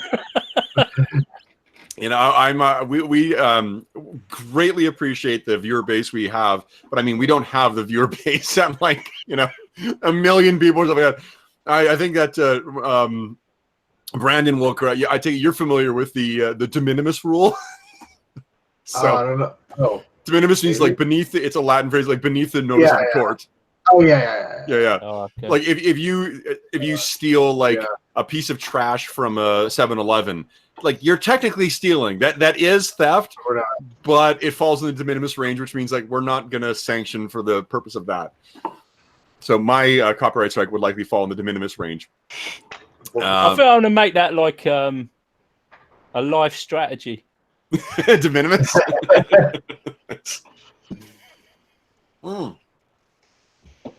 All right. So now what we need to do is for everybody to declare their actions. And, oh yeah. And then I will once you see my initiative roll, Colin, you will be able to declare yours. Yep. Or not declare yours, you can roll declare. Yeah. I take a 6. Yep.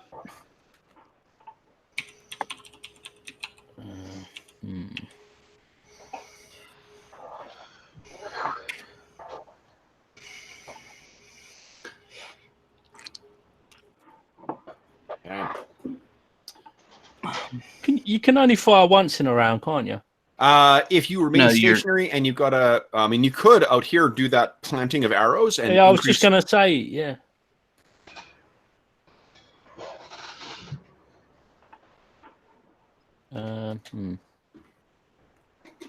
All right.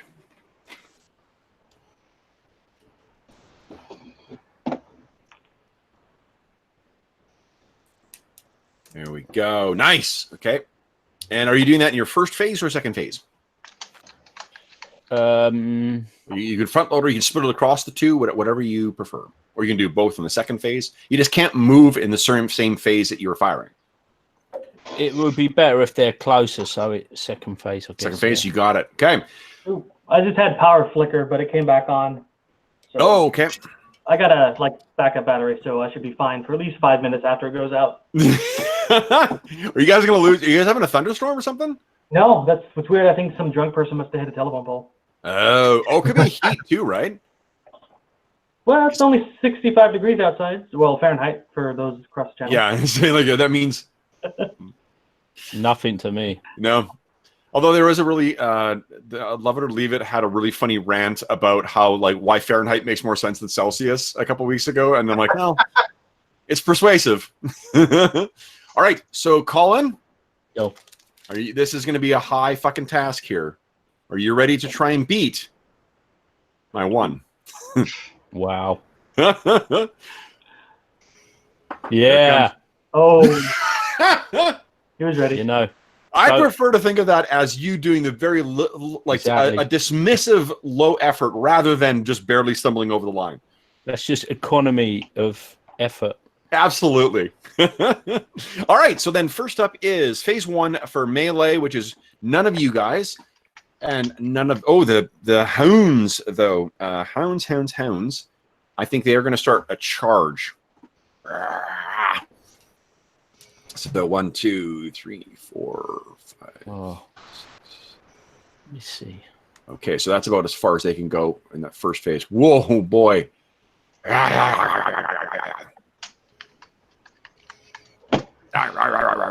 Whoops. This would be a good time to have some sort of lance, wouldn't it? To receive Or a a spear charge. to receive a charge. Heck yeah. I have a spear. Colin, I was so happy last night because I got to make tons of zombie sounds. Did you? Underwater zombies too. It was awesome. Oh, so it's like. Exactly. All right, so these things are charging in on melee. Next up is missile in the first phase. So because of firing March, I get to make a half move and then do a missile attack. Yep. So 1, 2, 3, and then the missile attack is at -2 and is also minus because of range, which is it's in medium range. Okay.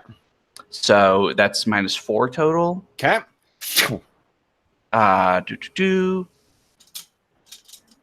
AC 5, eh? Yes. Okay.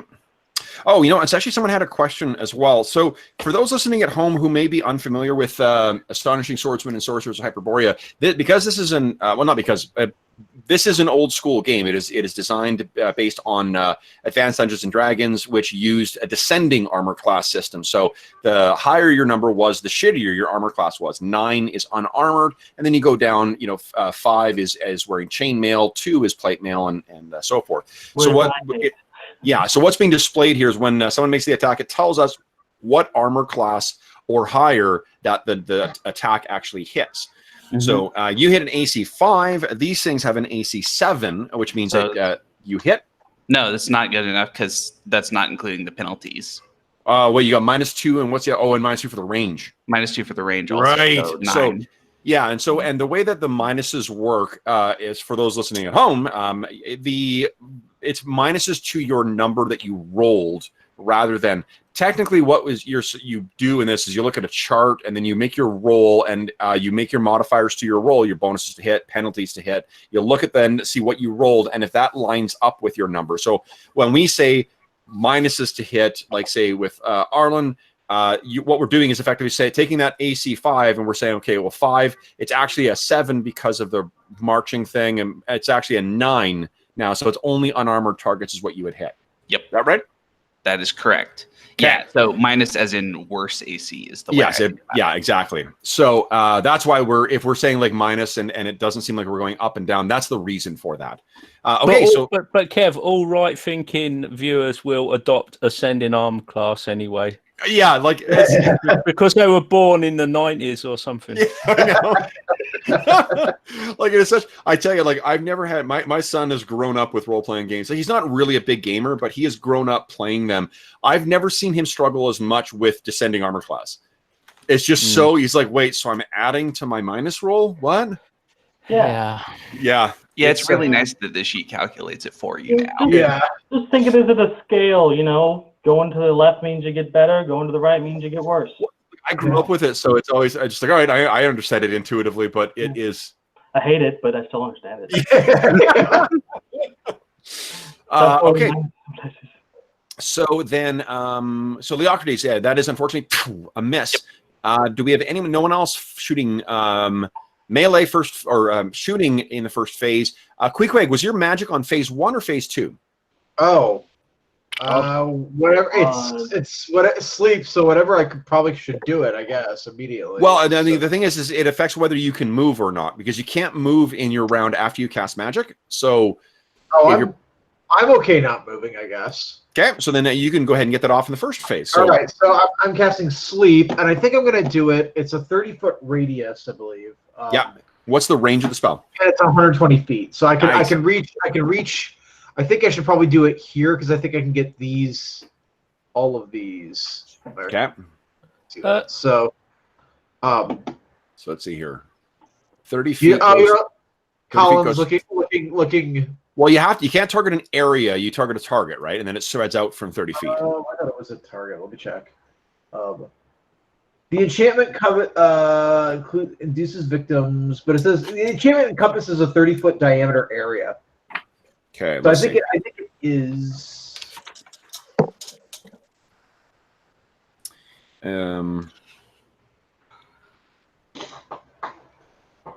Yeah, that's fine. That's fine. All right. Okay. So then I get 2d. It says 2d8. So I'll roll that. Okay.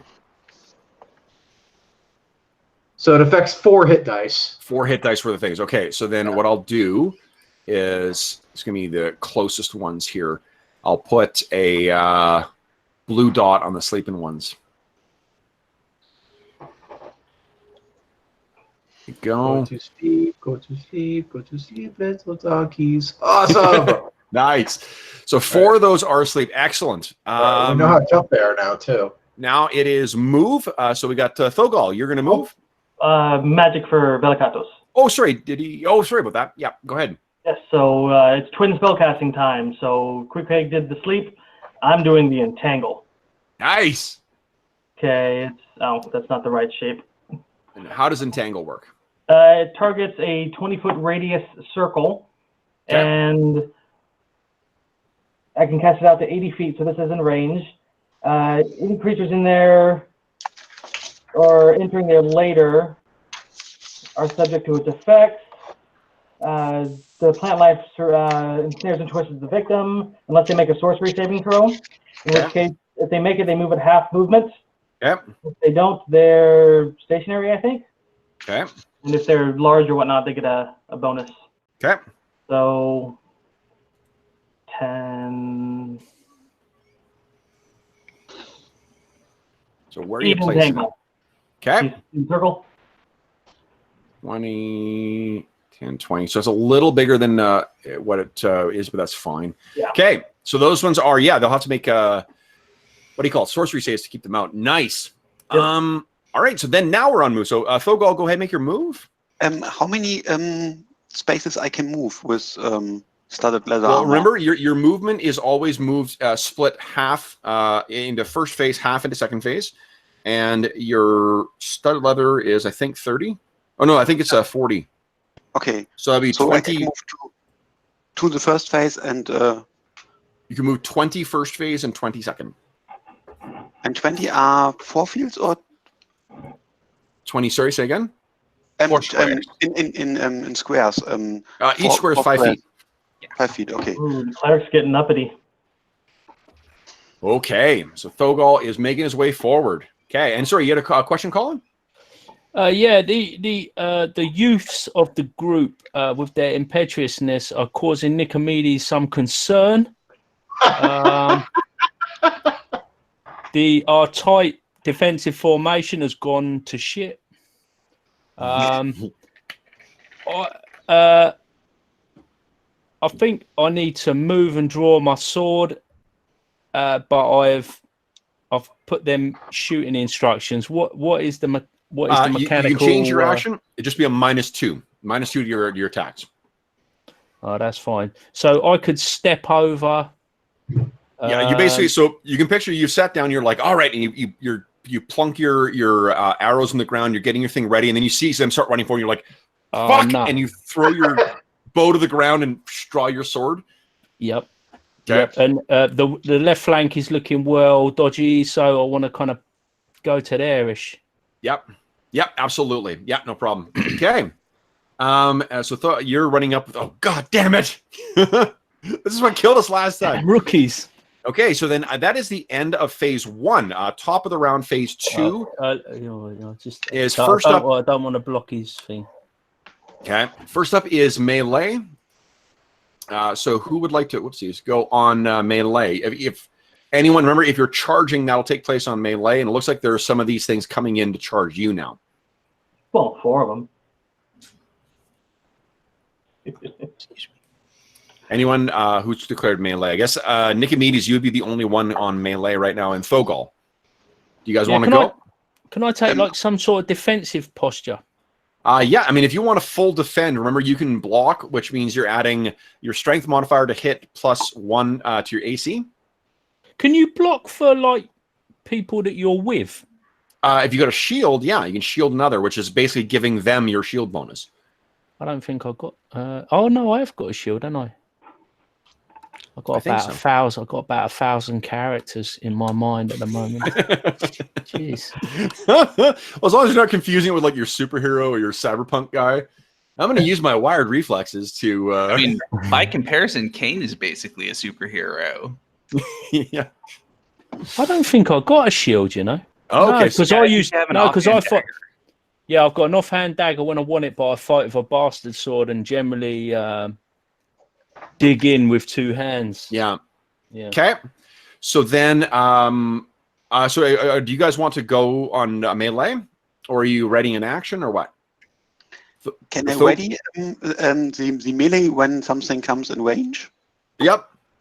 Okay. Yep. I ready a melee attack with my warhammer, 2-handed when something comes in range. Okay. How about you, Nicomedes? Yeah, I'm ready in an action. Anything comes within striking range. Okay. Yeah. That's very quickly, John. That's another thing I love about PF2. To ready an action, you spend 2 actions to ready a 1-action thing. That's cool. Yeah, so it's like banking stuff ahead of time. I think it's clever. Okay, so then it is so on melee their turn. So 1, 2, 3, 4, boom. Thogal, go ahead and make an attack roll. Thogal smash. Oh, no damage. Do you get penalty? Wait. You didn't fill out the damage. He hit, but no damage. What? He attacked with a kiss. Wait, I roll 1d10. I don't know what's wrong with this entry in the. Yeah, I'll take a look here. I don't know what's the matter with this. What am I supposed to use, man? Harsh language? Man. Bust out the polyhedrals, Bodo. Notes. Oh, you know what? Because you didn't put it in the damage. You put it in the notes column rather than the damage column. You got it. Thank you. Yeah, thank you. You're welcome. Okay. Yay. And you don't need to add your strength modifier. It will automatically do that. Okay, so 4 points of damage. Bam! Into this critter. Boom! 1 is down. Nice. Bye-bye. I tamed the violence. 1, 2, 3, 4, 5. Okay. Into Nicomedes. Go ahead and make your attack roll.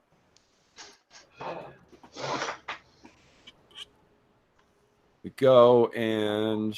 Oh, no. That is wide. This thing sees, I think its ally go down. So when you swing, it deeks to the side. No, I can't handle that. I can't handle that. I'm going to use Astonishing Fortune, man. Nice. That's too shameful. That's too shameful.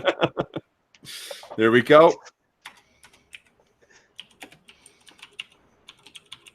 There we go. Whoa. Yeah, that'll do it. Yeah. Wham.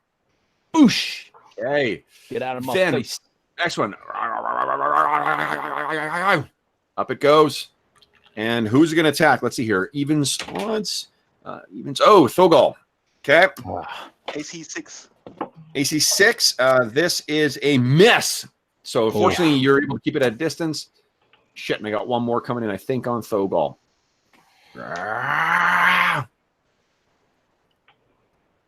All right, and that is a hit. And you take 4 points of damage. If you've got damage reduction, it will apply. No, I haven't only started leather, so... Okay. Fogel, mate, you're headed for a serious lecture, man.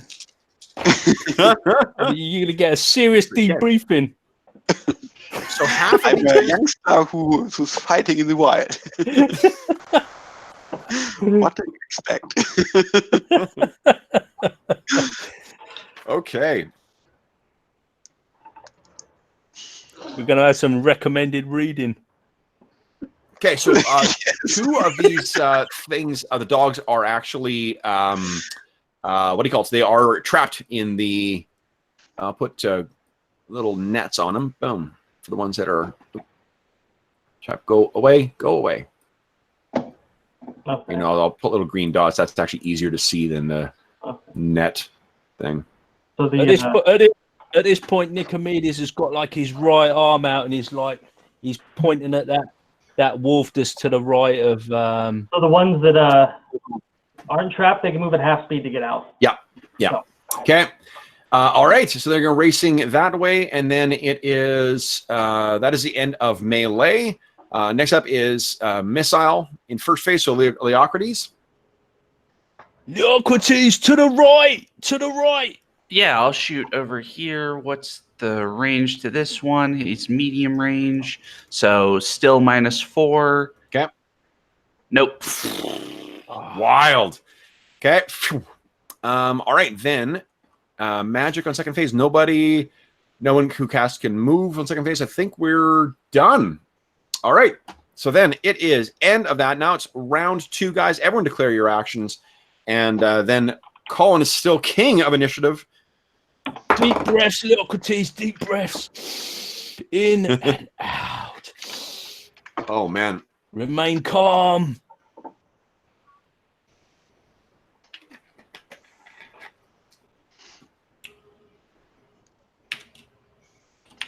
Okay.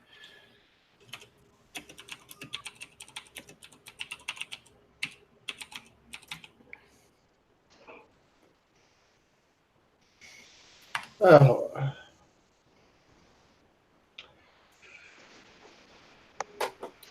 All right. No, yes. no, Okay. no, wrong move. This,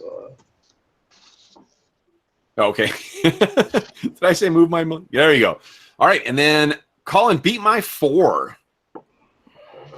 Challenge. We go. Save your cleric. Ooh. Does anyone have dexterity as a dump stat? I probably have the lowest at 13. You actually go. So it'll only be on melee, but they have a dex of 14. I have So- a dex of 14 too. So I'm next to 14. Oh, so that's simultaneous action then. Oh boy. Okay. So and Leocrates, what's your dex? 18. I'm 18. Very, but I'm Okay. not going until move. Yeah. So first up is melee. So Thogol and Nicomedes, you're up first. And you have Okay. your more favorable attack right now. So if you've got weapon mastery, you're attacking twice this round. Okay. But I can split them attacks, can't I? Yeah. Hold on, Thogol. Nicomedes gets to go before you. okay. Because he's got a higher dex, so he gets to go. If he's able to take these things down, then you won't have to be simultaneous. Good. I'm hoping that he might help save you here. So Age before beauty, sir. Right, let's. Oh, over here. Sorry. here we go. And Oh, for God's sake. I'll spend my point of astonishing fortune. Let him re-roll that. Hey! how What does a that work? hero.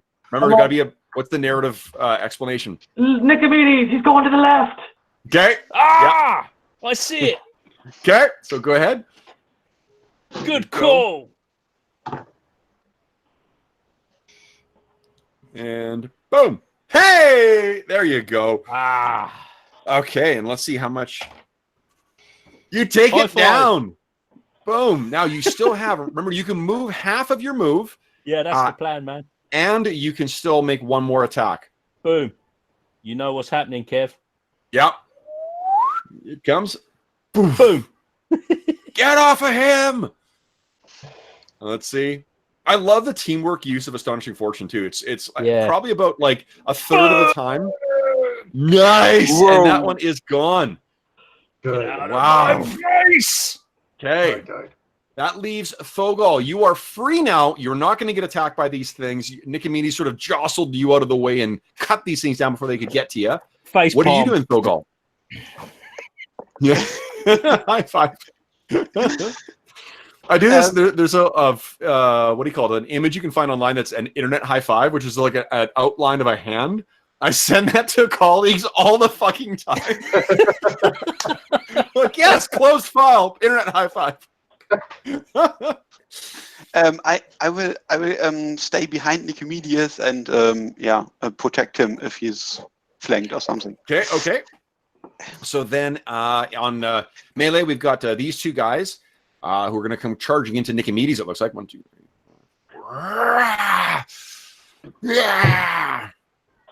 Okay, I'll make the saves for those other two guys. Let's see, can they get themselves free? Nope, neither of them are. They're both struggling and straining against the thing. All right, so we got 2 coming in on Nicomedes. Nicomedes, what is your AC? It is banded plus 16 dex. So, what is so your 16 dex gives you +1 defensive modifier, and banded mail. Banded is 4. Is 4. There you go. So you got a 3. Your AC is 3. Oh yeah, against melee. Nice. Yeah. Okay, so the first one then needs a very, very close, but you're able to keep it at a distance. Next one, 19 hits. So one of those little chompers gets through. 4 points of damage, but your damage reduction will apply, so you would only take 3 points of damage. Okay, and that is it for melee. So then missile first phase. We have nobody. No. So then it's magic. Nobody. First phase. Move. Anyone who's moving first phase, go ahead. Yeah. There we go. 50. All right. I was going to move there. One moment. Let me check something. Those guys. Yeah, I'll move. unleash hell. I can move what, 30 or 20? Remember, it's your speed is divided equally across both phases. So whatever your speed 20. is, it's divided in half. Okay, let me check something. I think your speed is a 40, so you'd be able to move basically 4 squares each phase. Okay. I'll move there. There. Leocrates, what are you doing? You're determined to get killed. Yeah. Okay. Help you against the baddies. We need to talk. All right, so that is the end of phase 1. Phase 2, guys. First up is melee, which I believe is Leocrates and Queequeg. Or no, Queequeg's at missile. Yeah, so Leocrates, go ahead. Ooh. Not a big hit. Not a big hit, but it does hit, though. And let's see here. Is that enough to take this thing down? It is! Oh, nice. To add some variety, I'm random. I've been last couple of sessions. I've been randomly generating the hit dice of these or hit points of these things. And then okay, so that is. I'm going to move to flank this thing. Okay.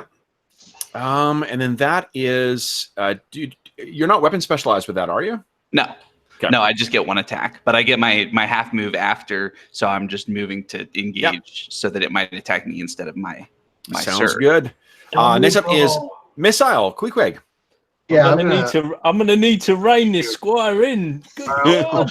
What? He's gonna. I'll try to take. He's gonna get himself killed. If I take a shot at this one, is that going to be considered in melee? What's that? This here, is that going to be considered shooting into melee? It is. Yeah. Leocrates, you're aging me.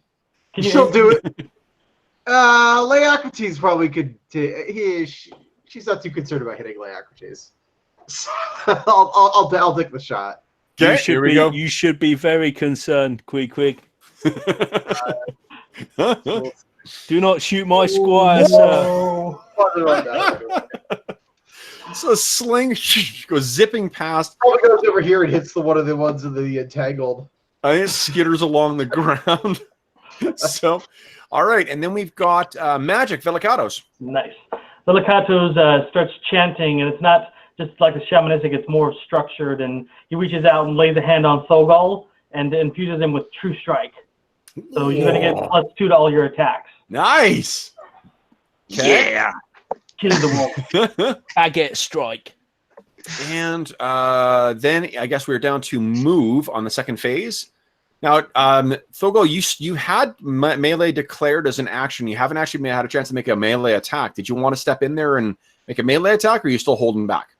If it's possible, I go in the middle of them, and now I'm buffed. I will take a quite shot at the last wolf.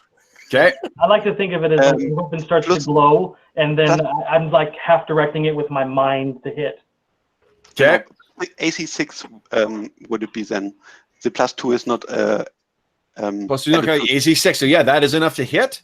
Let's see how many hit points this thing has. Yeah, it's down. Yeah. Boom. Okay. All right. Then this is going to be triggering a morale check here. Yeah, you better run. For the entangled ones? The entangled ones are the only ones that are conscious. That's what I'm making the morale check for. But they are still quite intent on getting to you guys. So that is the end of round 2. Top of the round for round 3. Everyone declare your actions. And Colin is still dominating in, what do you call it? Initiative. Okay, here we go. Nice. Colin beat my 5. Do it. Nice. Excellent. All right. So first up is melee, which is nobody. So let's see if the hounds can get themselves free. Yes, both are free now. So they are going to go 1, 2, 3, 4, 5, 6, 7, 8. Oh, we move half their move. That's right. So go, and there we go. Okay. Velicatos, you got missile in first phase. Go ahead. He sensed them breaking free, so he is pulled out his bow, lining up a shot, and shooting. Okay. Short bow. Here we go. Whoa, nat 20. Ooh. Give me a d6 roll, too. Boosh. He's like, I told you to stay. Nice. 2 plus 1 damage. You do 4 points of damage. Let's see if that is enough to take this hound down. It is. Nice. So that thing's hit and it goes down. Let's see. Anyone else got missile in the first phase? You do not. So then, and there's no magic in the first phase. So it is move on the first phase. Anyone who wants to move, go right ahead. Yeah. How many squares is that, Kev? Sorry. To where to get to the guys? 1, 2, 3, 4. 4 squares. 1, 2. How many have I got? Have I got 4 squares? Your move, I think you have 3 each phase because you're wearing banded mail, so it reduces it to 30. So 1, 2. Another neat thing, John, and from PF2, if you've got a certain strength score, you don't suffer a speed reduction when you're wearing armor. I like that. Yeah. Allows the paladins to still move around and kick the shit out of stuff if they're big and strong. What strength score do you need then? That's only in PF2, and unfortunately not. Oh, sorry. Not. Yeah, I was only half listening. Clearly, that's okay. That is the appropriate way to listen to me. Okay, so you moved, and I think we are end of first phase, guys. Then top of the round, second phase, we've got Nicomedes and Thogol on melee, and you guys are going first. So Thogol and Nicomedes. I will charge like a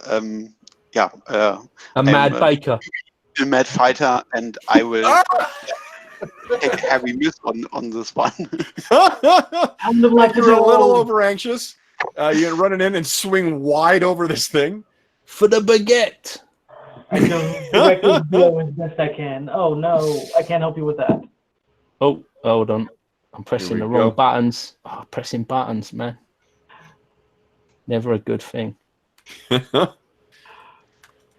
And he swings.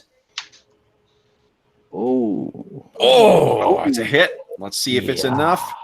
Let's see. Is this the big one? Is this the alpha? Nope. And then one goes down again. Boom. Yay. All right. Then, guys, I believe that is every conscious wolf left, so we can draw, or what do you call it? Draw Tundra a veil dingo. across. Yeah, so you can basically, we can drop out of tactical combat here and just go to narrative again. You guys, what do you Hyena want to do? roasting over the fire. Yeah, Hyena kebabs or whatever. Yeah, so each Dingo of these things, kebabs. you don't need to consume any rations, guys. So, all right. Velicatos inspects the bodies of the dead wolves to assess their ability to become undead minions. They are, well, I mean, they're 1-hit dice creatures. Then I shall raise 2. Okay. Hurrah! Now, how many, let's talk this through. How many can you actually control at a given time? 2 hit die. 2 hit dice worth. Okay, so yes, you'll have 2 undead hounds. Yes. I'm going to pick the ones that are, like, I'm going to try and kill one of the 2 that are sleeping in the least horrific way possible so that they don't look completely undead. I would have thought that you would have wanted to have a Rexus too. There's no 2 hit die one. So. Can I? Okay, so these are small undead then. Yeah, I've got stats for them. If we can attempt to tame this wild man, starting with the sleeping ones. Sorry, Bodo, what did you say? Can we get the fur from them? Is it worth something from this It creature? potentially is, but you would have to spend your day doing that then.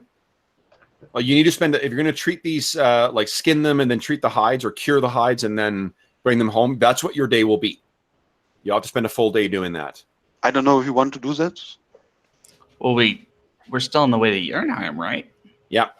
Okay, then we just leave them here there. Okay. So let's. Is there anything we can do? Leocrites, I admire your single-minded vision, your focus. Is there anything we can do, like cut some of the sinews or something, so that in case they come back, because we know that undead are a big problem here, that they'll be less effective? None of you have any. Velicatos maybe has some knowledge of that because of his training, but I mean, like, You pretty much have to it's magic that brings. Yep. Yeah, it's magic that brings them back. So there's not really. So, yeah, not really. Okay, that's fine. Velicatos, can we not pile them in a heap and put them to the torch? That will definitely solve the problem. Well, I mean, bodies don't burn in the way that you would expect. It's mostly water, so it's you would have to build a pyre in order to actually burn these things if you want, and you had difficulty getting enough enough wood or like burning stuff for a campfire last time. What about the traditional beheading method? Dismembering them, you mean? The removal of the cranium. You could definitely try that. Yeah. I say we take off their heads and toss them to the horizon. Okay. So you guys can feel feel free. Anything more poetic. At the campfire, Togal tells you how good he slaughtered all these wolves and how brave he was, and it is a bit annoying for everyone. I pat him on the shoulder. Yes. Thuleborg, now listen, you need to contain your excitement. You'll get yourself truly killed. I'm over there like, and at the campfire evening, I will heal myself and. Well, hold on, guys. You're only halfway through your travels for the day. Okay, sorry. Yeah. So we're prematurely campfiring, man. I start handing out good berries to those in need. I have 6 of them. Okay, so let's see here. These berries are that, good. Thogal and Nicomedes have taken damage. So that has 6 hit points to dole out. So divide up as you will. So how are you doing, Fogel? I need 3 of them, and you 3. I don't know. You need 3. Yeah. Oh, okay, that's fine. Then we're good. Okay. Okay, so that uses all 6. Yeah, and we're up to full strength. Oh, them berries are good. I know why they call them good berries. Yep. I'm out of druid spells for the day, so I'm out of spells for the day, except for cantrips. So. Okay. Then next move, guys. Do you want to move to the northeast, to the east, or to the northwest? You guys are right here. Velikatos, what say you? I say stick near the ocean. Sounds like a cue for a song. Sitting on the dock of the bay. Well, I was thinking more cakes by the ocean. Oh. Or where? All right. I'll spare you that. That's the musical interlude from You didn't know he has a side job as a lounge singer. You can just see Velikatos doing that, can't you? Well, you know, His banded mail armor and his bastard sword. Okay. So you continue along around the bay, guys. Another 4 hours of travel. Thogol's talking about what a badass he is the whole time, and I'm agreeing. The rest of the day passes uneventfully. So let's do this. Second rule for water from Velikatos. Oh, yay. Because you guys have now been a day without water. I look at the cleric, I'm like, can you not create water? I have only 2 spells a day, and I can use Cure Light Wounds, or I can create water. But Cure Light Wounds should be... Okay. Well... can save lives. Hey, I won. Do we find it?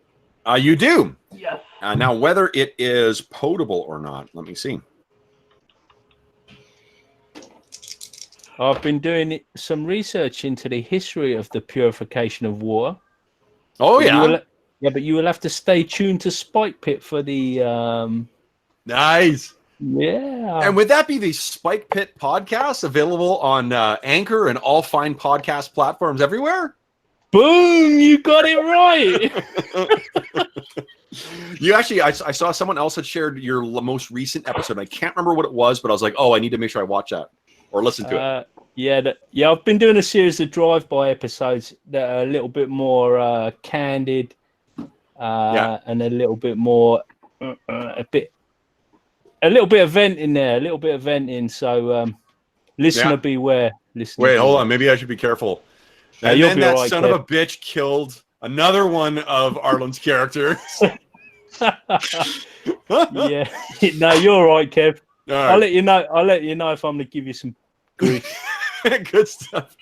Okay, so you do find the water, and if you're going to, I guess first off, who's going to look for firewood, or not firewood, but you know what I mean, stuff to make a campfire? I think Nicomedes is going to go out because he needs to consider this. He's in a bit of a quandary about these youngsters. They're a little bit tearaway, a little bit unruly. He needs a little bit of time looking for firewood. He can consider how he might address this. Sure. Does it remind him of himself as a child by any chance, or? Oh yeah. Okay, so are you going on your own, or are you going with anybody? I think maybe I take Leocrates with me. Okay. Just in case, we can have a little bit of a debrief. Sure. Mm-hmm. So why don't you give me a percentile check, please?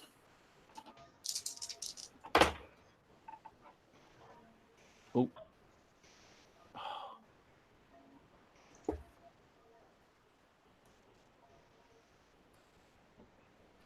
And I don't. That is not a percentile check, is it? 57. 57. Oh, that's great. Every time, I think I mentioned this in a different podcast, but I've been sort of picturing that every time you guys misroll the stuff is like in person, you tossing the dice at me. Take it, eat that. This Roll20 nonsense. This is the work of the devil, man. I think every group as well that plays on Roll20 has one player who continually questions the algorithm. I'm not sure this is calculating this right. I don't know. I keep getting so many of the same rolls. It's like, well, I can assure you that I will not be questioning any algorithms. Yeah. Well, and also to be honest, like people, the same players will get to a series of shit dice rolls as well too. So I can well imagine. Okay. So as you guys are, let's maybe do this as a scene here. So you and Leocrates are making your way along and kind of picking up and trying to find even halfway dried, batches of lichen and I guess more lichen to try and actually keep this. Find something that will actually be usable to create a campfire. Are you just thinking about this, or are you going to bring it up to Leocrates? Well, I think I'm long enough in the tooth to know that if I just remain quiet for a little while, Leocrates will be bound to have some questions. He's quite an effervescent character, and something is bound to bubble up to the surface before long. Okay. So we are, you guys are walking along, and it's been a while now that since your knight. I'm not sure what the relation between knight and squire. If you've got a title for Nicomedes, your mentor. I've just been saying sir because I call him Sir Nicomedes. Yeah. So it's been quite some time, and he's been quite quiet. Is there something that Leocrates does to sort of break the break the silence, or break the break the silence? Well, I think we can probably see he's doing his best to stay quiet, and it's getting harder and harder until eventually he he pulls up his helmet so that he can speak clearly and says, still got his thing down. says, Sir Nicomedes, do we have, how much do we need? Is everything all right? Yeah, see, it's fine, Leocrates. However, I'm somewhat troubled by yourself and Fogel. I feel you endangered yourselves in that last encounter by breaking formation. In that situation, we probably would have been better to hold the line and stay close. When we're small in number, we don't want to spread out because you can become outflanked and surrounded. This is something you maybe need to consider for the future, but don't take this the wrong way. You performed admirably in the combat, and your bravery is not being questioned. It's just sometimes you need to, for example, maybe allow the enemy to come closer before you fire your bow. If the time allows, you can pick your shot. I see you're a fine archer, and archery is not my business, but I've seen other men of the bow pick their moment. Well, Sir Nicomedes, I don't mean to contradict you, but I will. My only movement, at least at first, was to move myself in between the creatures and our clothy spellcastery friends.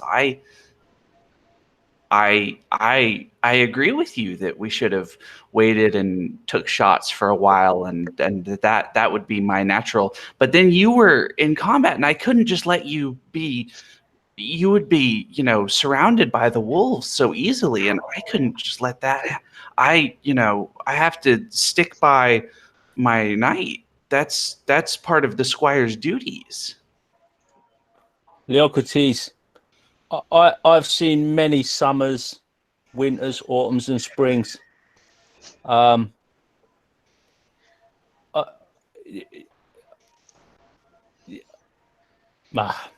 without words at this moment. I've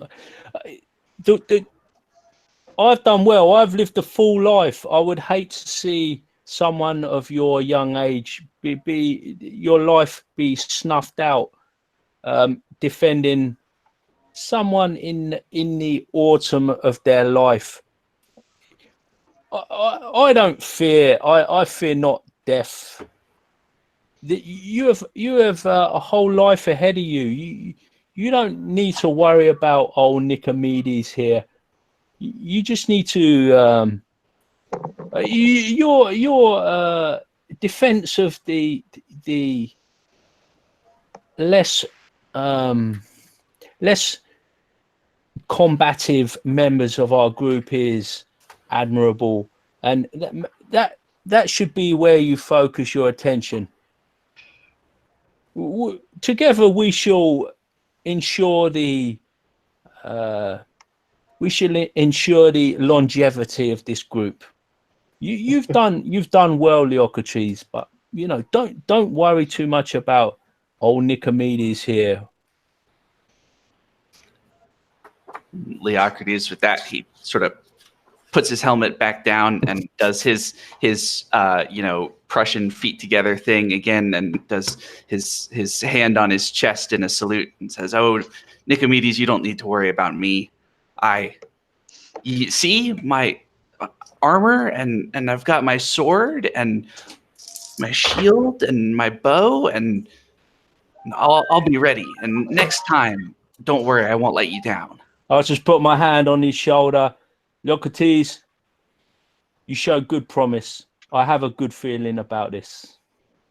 That's awesome, guys. That was really good. Each of you gets a point of astonishing fortune.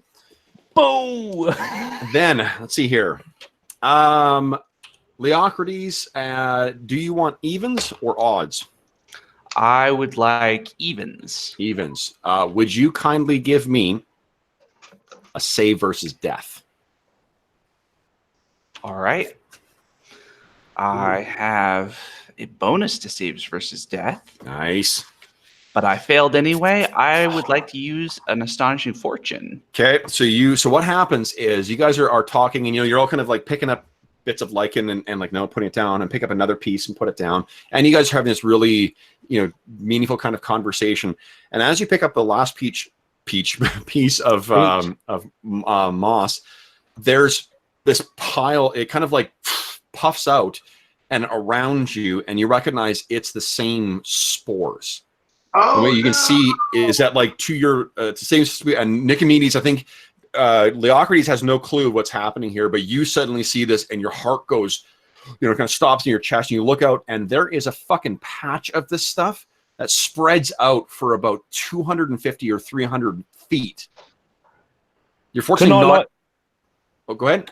Can I dive across and knock Leocrates to the ground and throw my cloak over him, sort of thing? Yeah. So you kind of hit that and bring him back. Leocrates, you're let's see here.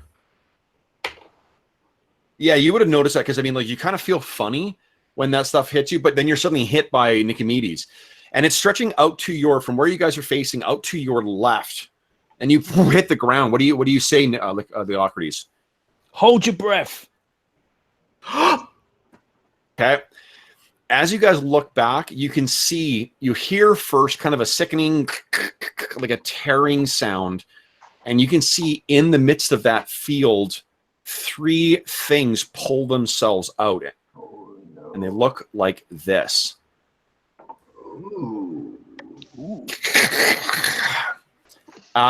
They are coated with that spore growth, but these things seem much juicier than the last batch that you faced. I rolled. No one is surprised. They are 220 feet away from you guys right now. Let's see here. Run away! Well, boom. Okay. I might need to move your tokens just to. I don't know if I've got 220. Run away! Space here. 120. So I need to move you another 100 feet. So let's see here. Maybe move you back to about. Whoopsies. Come on. Oh, I'm we the wrong can totally way. outrun these fools.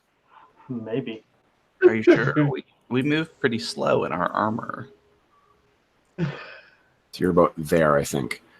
And the other guys, I'll just put you to the side. Okay. So this is where you guys are. So you see these things pull up. and you know you have set camp as well. So the things that are going through your mind is, one, your allies, you're not certain how far away they are. We will roll a 1d4 plus 1. That's how many rounds it takes your allies to get to you.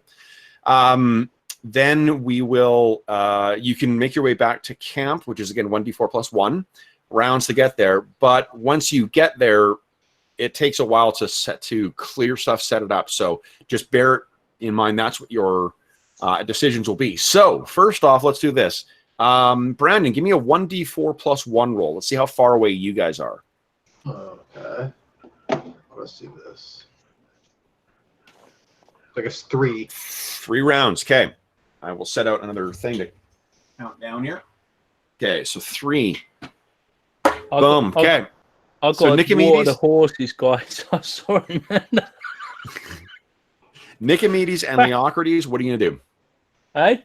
Declare your actions, and then I'm going to... Oh, you're just booking, then that you can definitely do that. Yeah, we back towards the camp, though. Okay. And shouting, raising the alarm.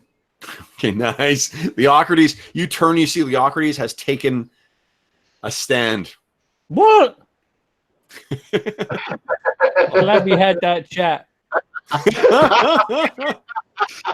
He did say wait until they're in range. That's... Yeah, I'm not going to move towards them, but... Okay. Oh. Well, I guess I'll have to stop then. Okay. What are you going to do then? I'll have to... Do you have a I'll bow? Yeah. No, shit, crap. Kane's got a bow. I'll find a friend. Can we call him my 4th level friend? Yeah. I invoke Kane and tell him to bring his hammer. I don't think I've got... No, I've got no ranged weapons. I'll just have to stand here like a lemon. Okay. All right. So let's see here. They are going to be for their move. I'll be back in a sec. Sure. Can we hear this screaming of Nicomedes? Well, they haven't called for you yet, so unfortunately not. So let me think here. They can move 80, which means they can reduce it down to 140. So I need to... Where's 140? 140 is about... Okay, about where... About there. All right. 3 rounds away from us, so... That 120 feet? It doesn't matter. We're abstracting it. Okay. Yeah. Gotcha. So that's about where... I think it's about where they are. Bring the shaman into the fight. I have disposable bodies to throw at things. Okay, let's see here. Yeah, that's about right. Okay, cool. So they're, moving forward. These things move, Leocrates, these things move at the rate that like a normal human would. So they're able to run at a pretty good clip. Yep. Okay, so if you want to make your attack, this is your last chance this round. They're 130 away. Yeah, so -6 for long range. Okay. Oh, so it's an 8 AC. Unfortunately, it's not quite good enough to fire, and it hits behind them. I think you were just ranging them, right? You were just getting your sense. Okay. As the end of round 1, now it is 2 more rounds. Oh, actually, no, it's 3 more rounds until you guys... No one's alerted the rest of the group. I'm alerting the rest of the group. What are you calling up? Incoming! Okay, so we see in the montage, each of you looks up from whatever you're doing, like, what? And you grab your stuff and start racing off in the direction of To me! 2 more rounds until you guys get here. Okay, so then go ahead and Leocrates and Nicomedes, go ahead and declare your actions. And don't worry about the size of the map, too. We'll reorient the tokens when they get closer. So if you do want to do kind of a fighting withdrawal thing, we'll have room for it on the map. Okay, so Leocrates is missiling his heart out. What is Nicomedes doing? Holding actions again? Just shouting. Okay. Beat I'll my move a 2 little bit for out initiative then, please. Initiative. Here we go.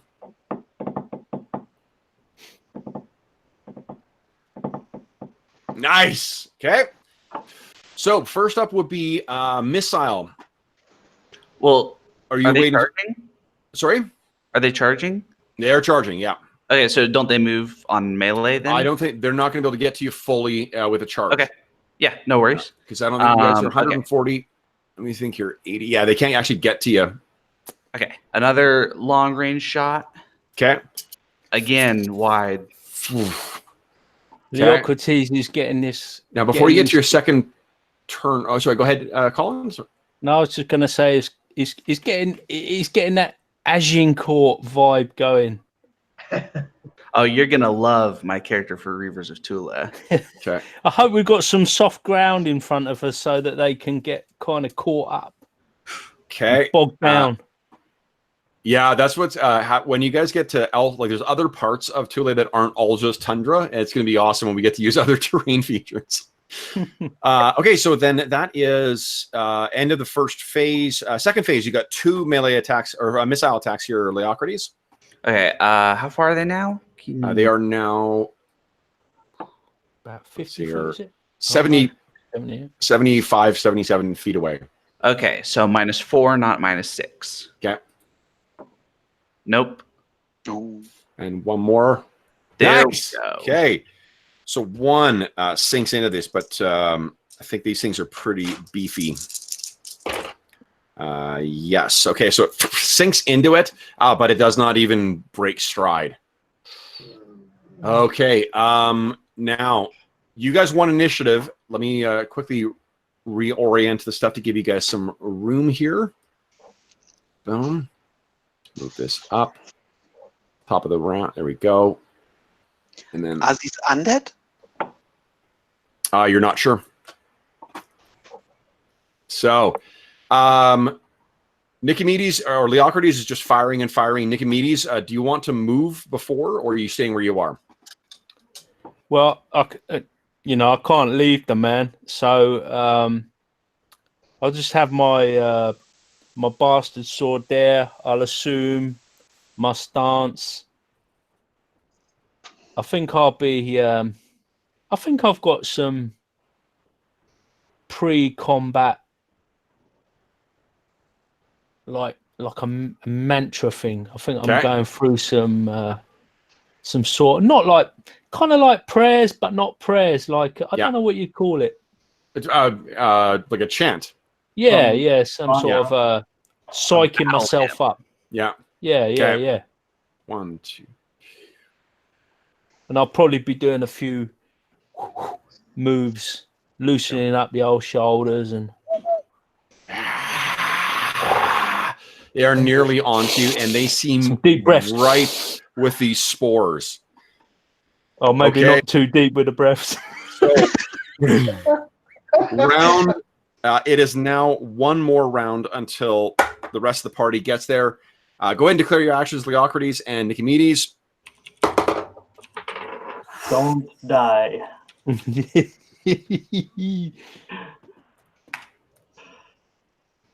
I've got an AF.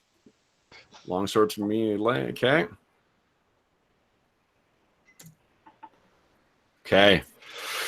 All right. I'll let you switch to longsword for free. Unless you're stowing your bow, you don't need to worry about that. You can just go ahead and move and melee Arlen. Okay. Yeah. If you're just dropping it to the ground and drawing your longsword. Well, I want to do like Native American brave style. I'll have it, slide down and be across my chest. Sure. Yeah.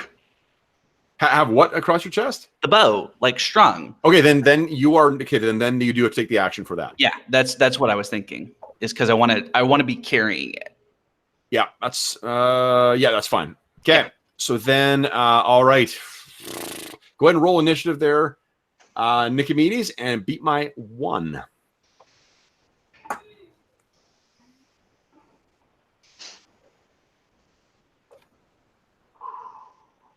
Crushed it. Oh, nice. All right. So let's see here. First up is Nicomedes and Nicomedes, you're up first. Melee. What are you doing? Break left. Okay. Boom. We go. Boom. Oh, that goes wide. Bollocks. Okay. Then it is their turn. First of them, spores go out. Nicomedes and Leocrates, kindly give me a death save. That's on the sheet, Nope. isn't it? Oh no. I have one more astonishing fortune. So, sure, why not use it? Okay. It should be at the top, kind of like right side or closer to the top, Colin. Success! Nice! Whew. Okay, so no, that is its action. Then the other one is going to race in on Leocrates. Oh boy. First, a claw, one of those vicious claws. Nat 20. No. Fortunately, it's only +2 damage, so it's not that bad. 11 points of damage. And he's down. With no TR, Oh, I'm at 1. So then it's second That's claw. not better. What's your AC? 3. 3. Okay. Okay. Misses. And third. No, that's wrong. The claws. Those are the only 2 claws. Okay, then the other one, I guess. Oh boy. I think it races in here, right at the side. Just gonna move you onto a square here. Mm-hmm. And yeah, I think it's gonna claw. It's gonna save its juicy bits. 16 is a hit. oh no. You take 3 points of damage. So I'm at -1. Okay. And then it steps over you to finish its move against Nicomedes. And then it's got a back attack bonus against you for its second claw. Nicomedes, what's your AC's of 3, right? Yeah. It actually misses. So attacks. So now you are surrounded by 2 of them. All right. Oh, that is the end of first round, first phase. Second phase. Nicomedes, did you have a second attack? Oh, you do. Yes, you were intending on doing that second phase. Yep. Go ahead and make your attack roll. Yes, I'll hit the one I already hit. Okay.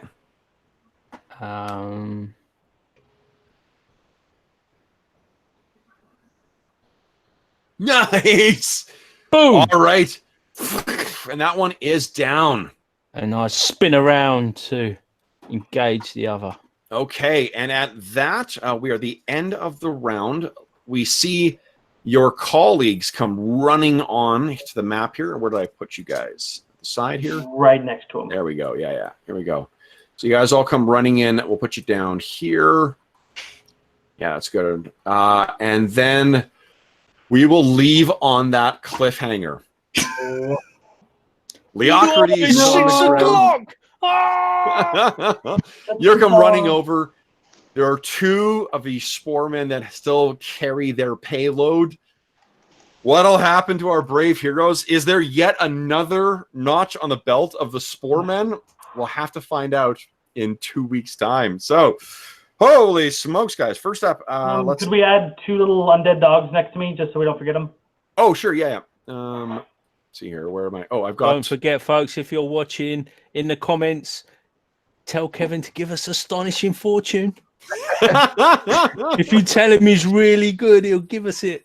We'll start with that next session. Apply the tried and true strategy of flattery to the DM, and that usually pans out well.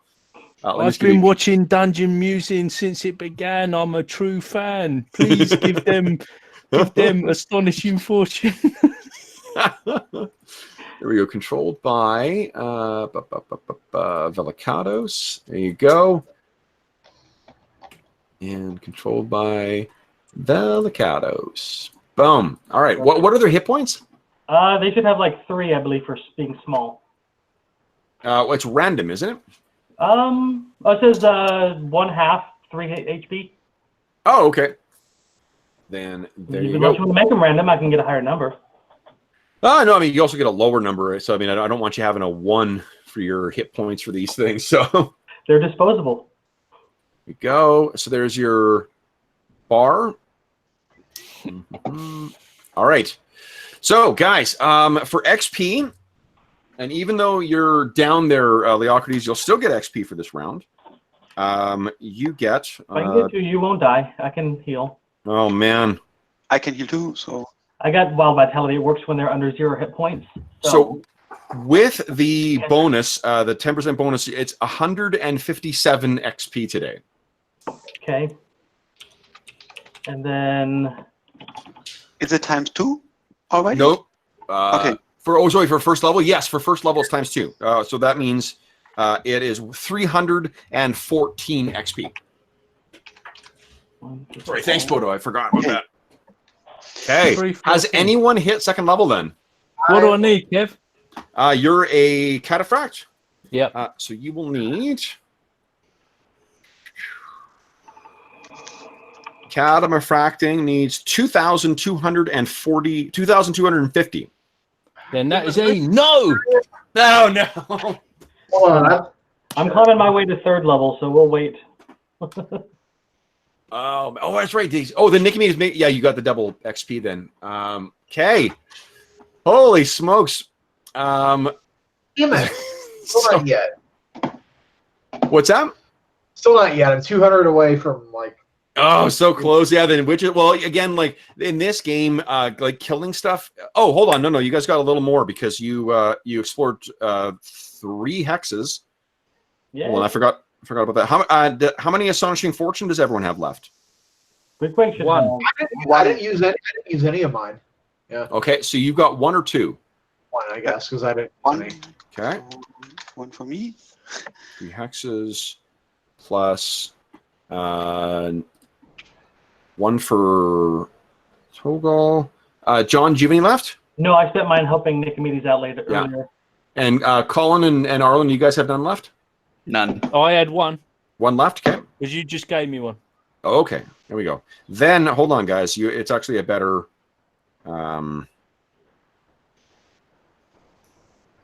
it's actually 974 XP. Yeah. What was that before? What was that before? Little bit of a difference. Is that ×2 or is that? That's including the ×2. That's including the 10% bonus for high stats. So Hold on then. So I've lost track now because I've updated it. I said what? It was 300 and something? 304, right? Is I think what you said? Okay. Well, yeah, you know, I can multiply 3 times 1.1 times 2. So it would have been 314. So Colin, go ahead and make yours 660 higher. Okay. Wow. There's some maths going on, man. Alrighty. Oh, crap. What did you say? 660. Add 660 to whatever your total was there. Yep. 660. Oh, still not enough.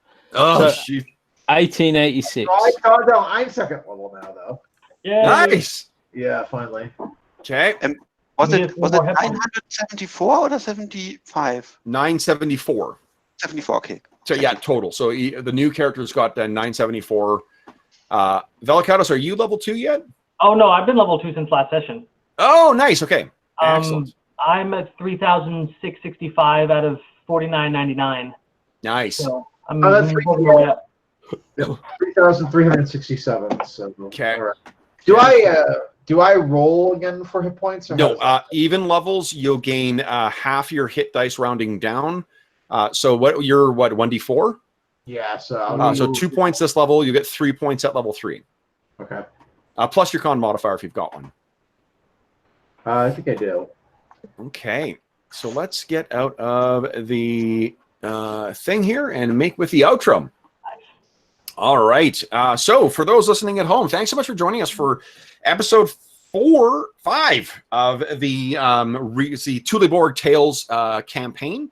As always, if you have any comments, questions, or concerns regarding the session, please don't hesitate to leave a comment in the comment section below, and I will endeavor to respond in a timely fashion. Or you can take a page from Colin's playbook and shower me with flattery in the hopes that that will spare the player characters. In addition, if you instead of posting on the video, you can also reach me on Twitter at Dungeon Musings, and you can reach me by email. My email address is dungeonmusings@gmail.com. In addition, you may notice that there is a link in the description of this video to something called Heroes Save Villages. That's the charity fundraising campaign that we run on the channel. We don't monetize the channel through ads or through Patreon. The only thing we ask is that if you are inclined to toss any money our way, we would prefer that it go to the Heroes Save Villages charity that benefits the SOS Children's Villages International charity. Well, charity campaign charity. SOS Children's Villages International is this really terrific charity active in over 130 countries that benefits over 80,000 orphan and abandoned children, providing them with a stable and supportive environment in which to actually grow up and become, to enjoy being a kid. And what gaming hero doesn't want to try and save a village?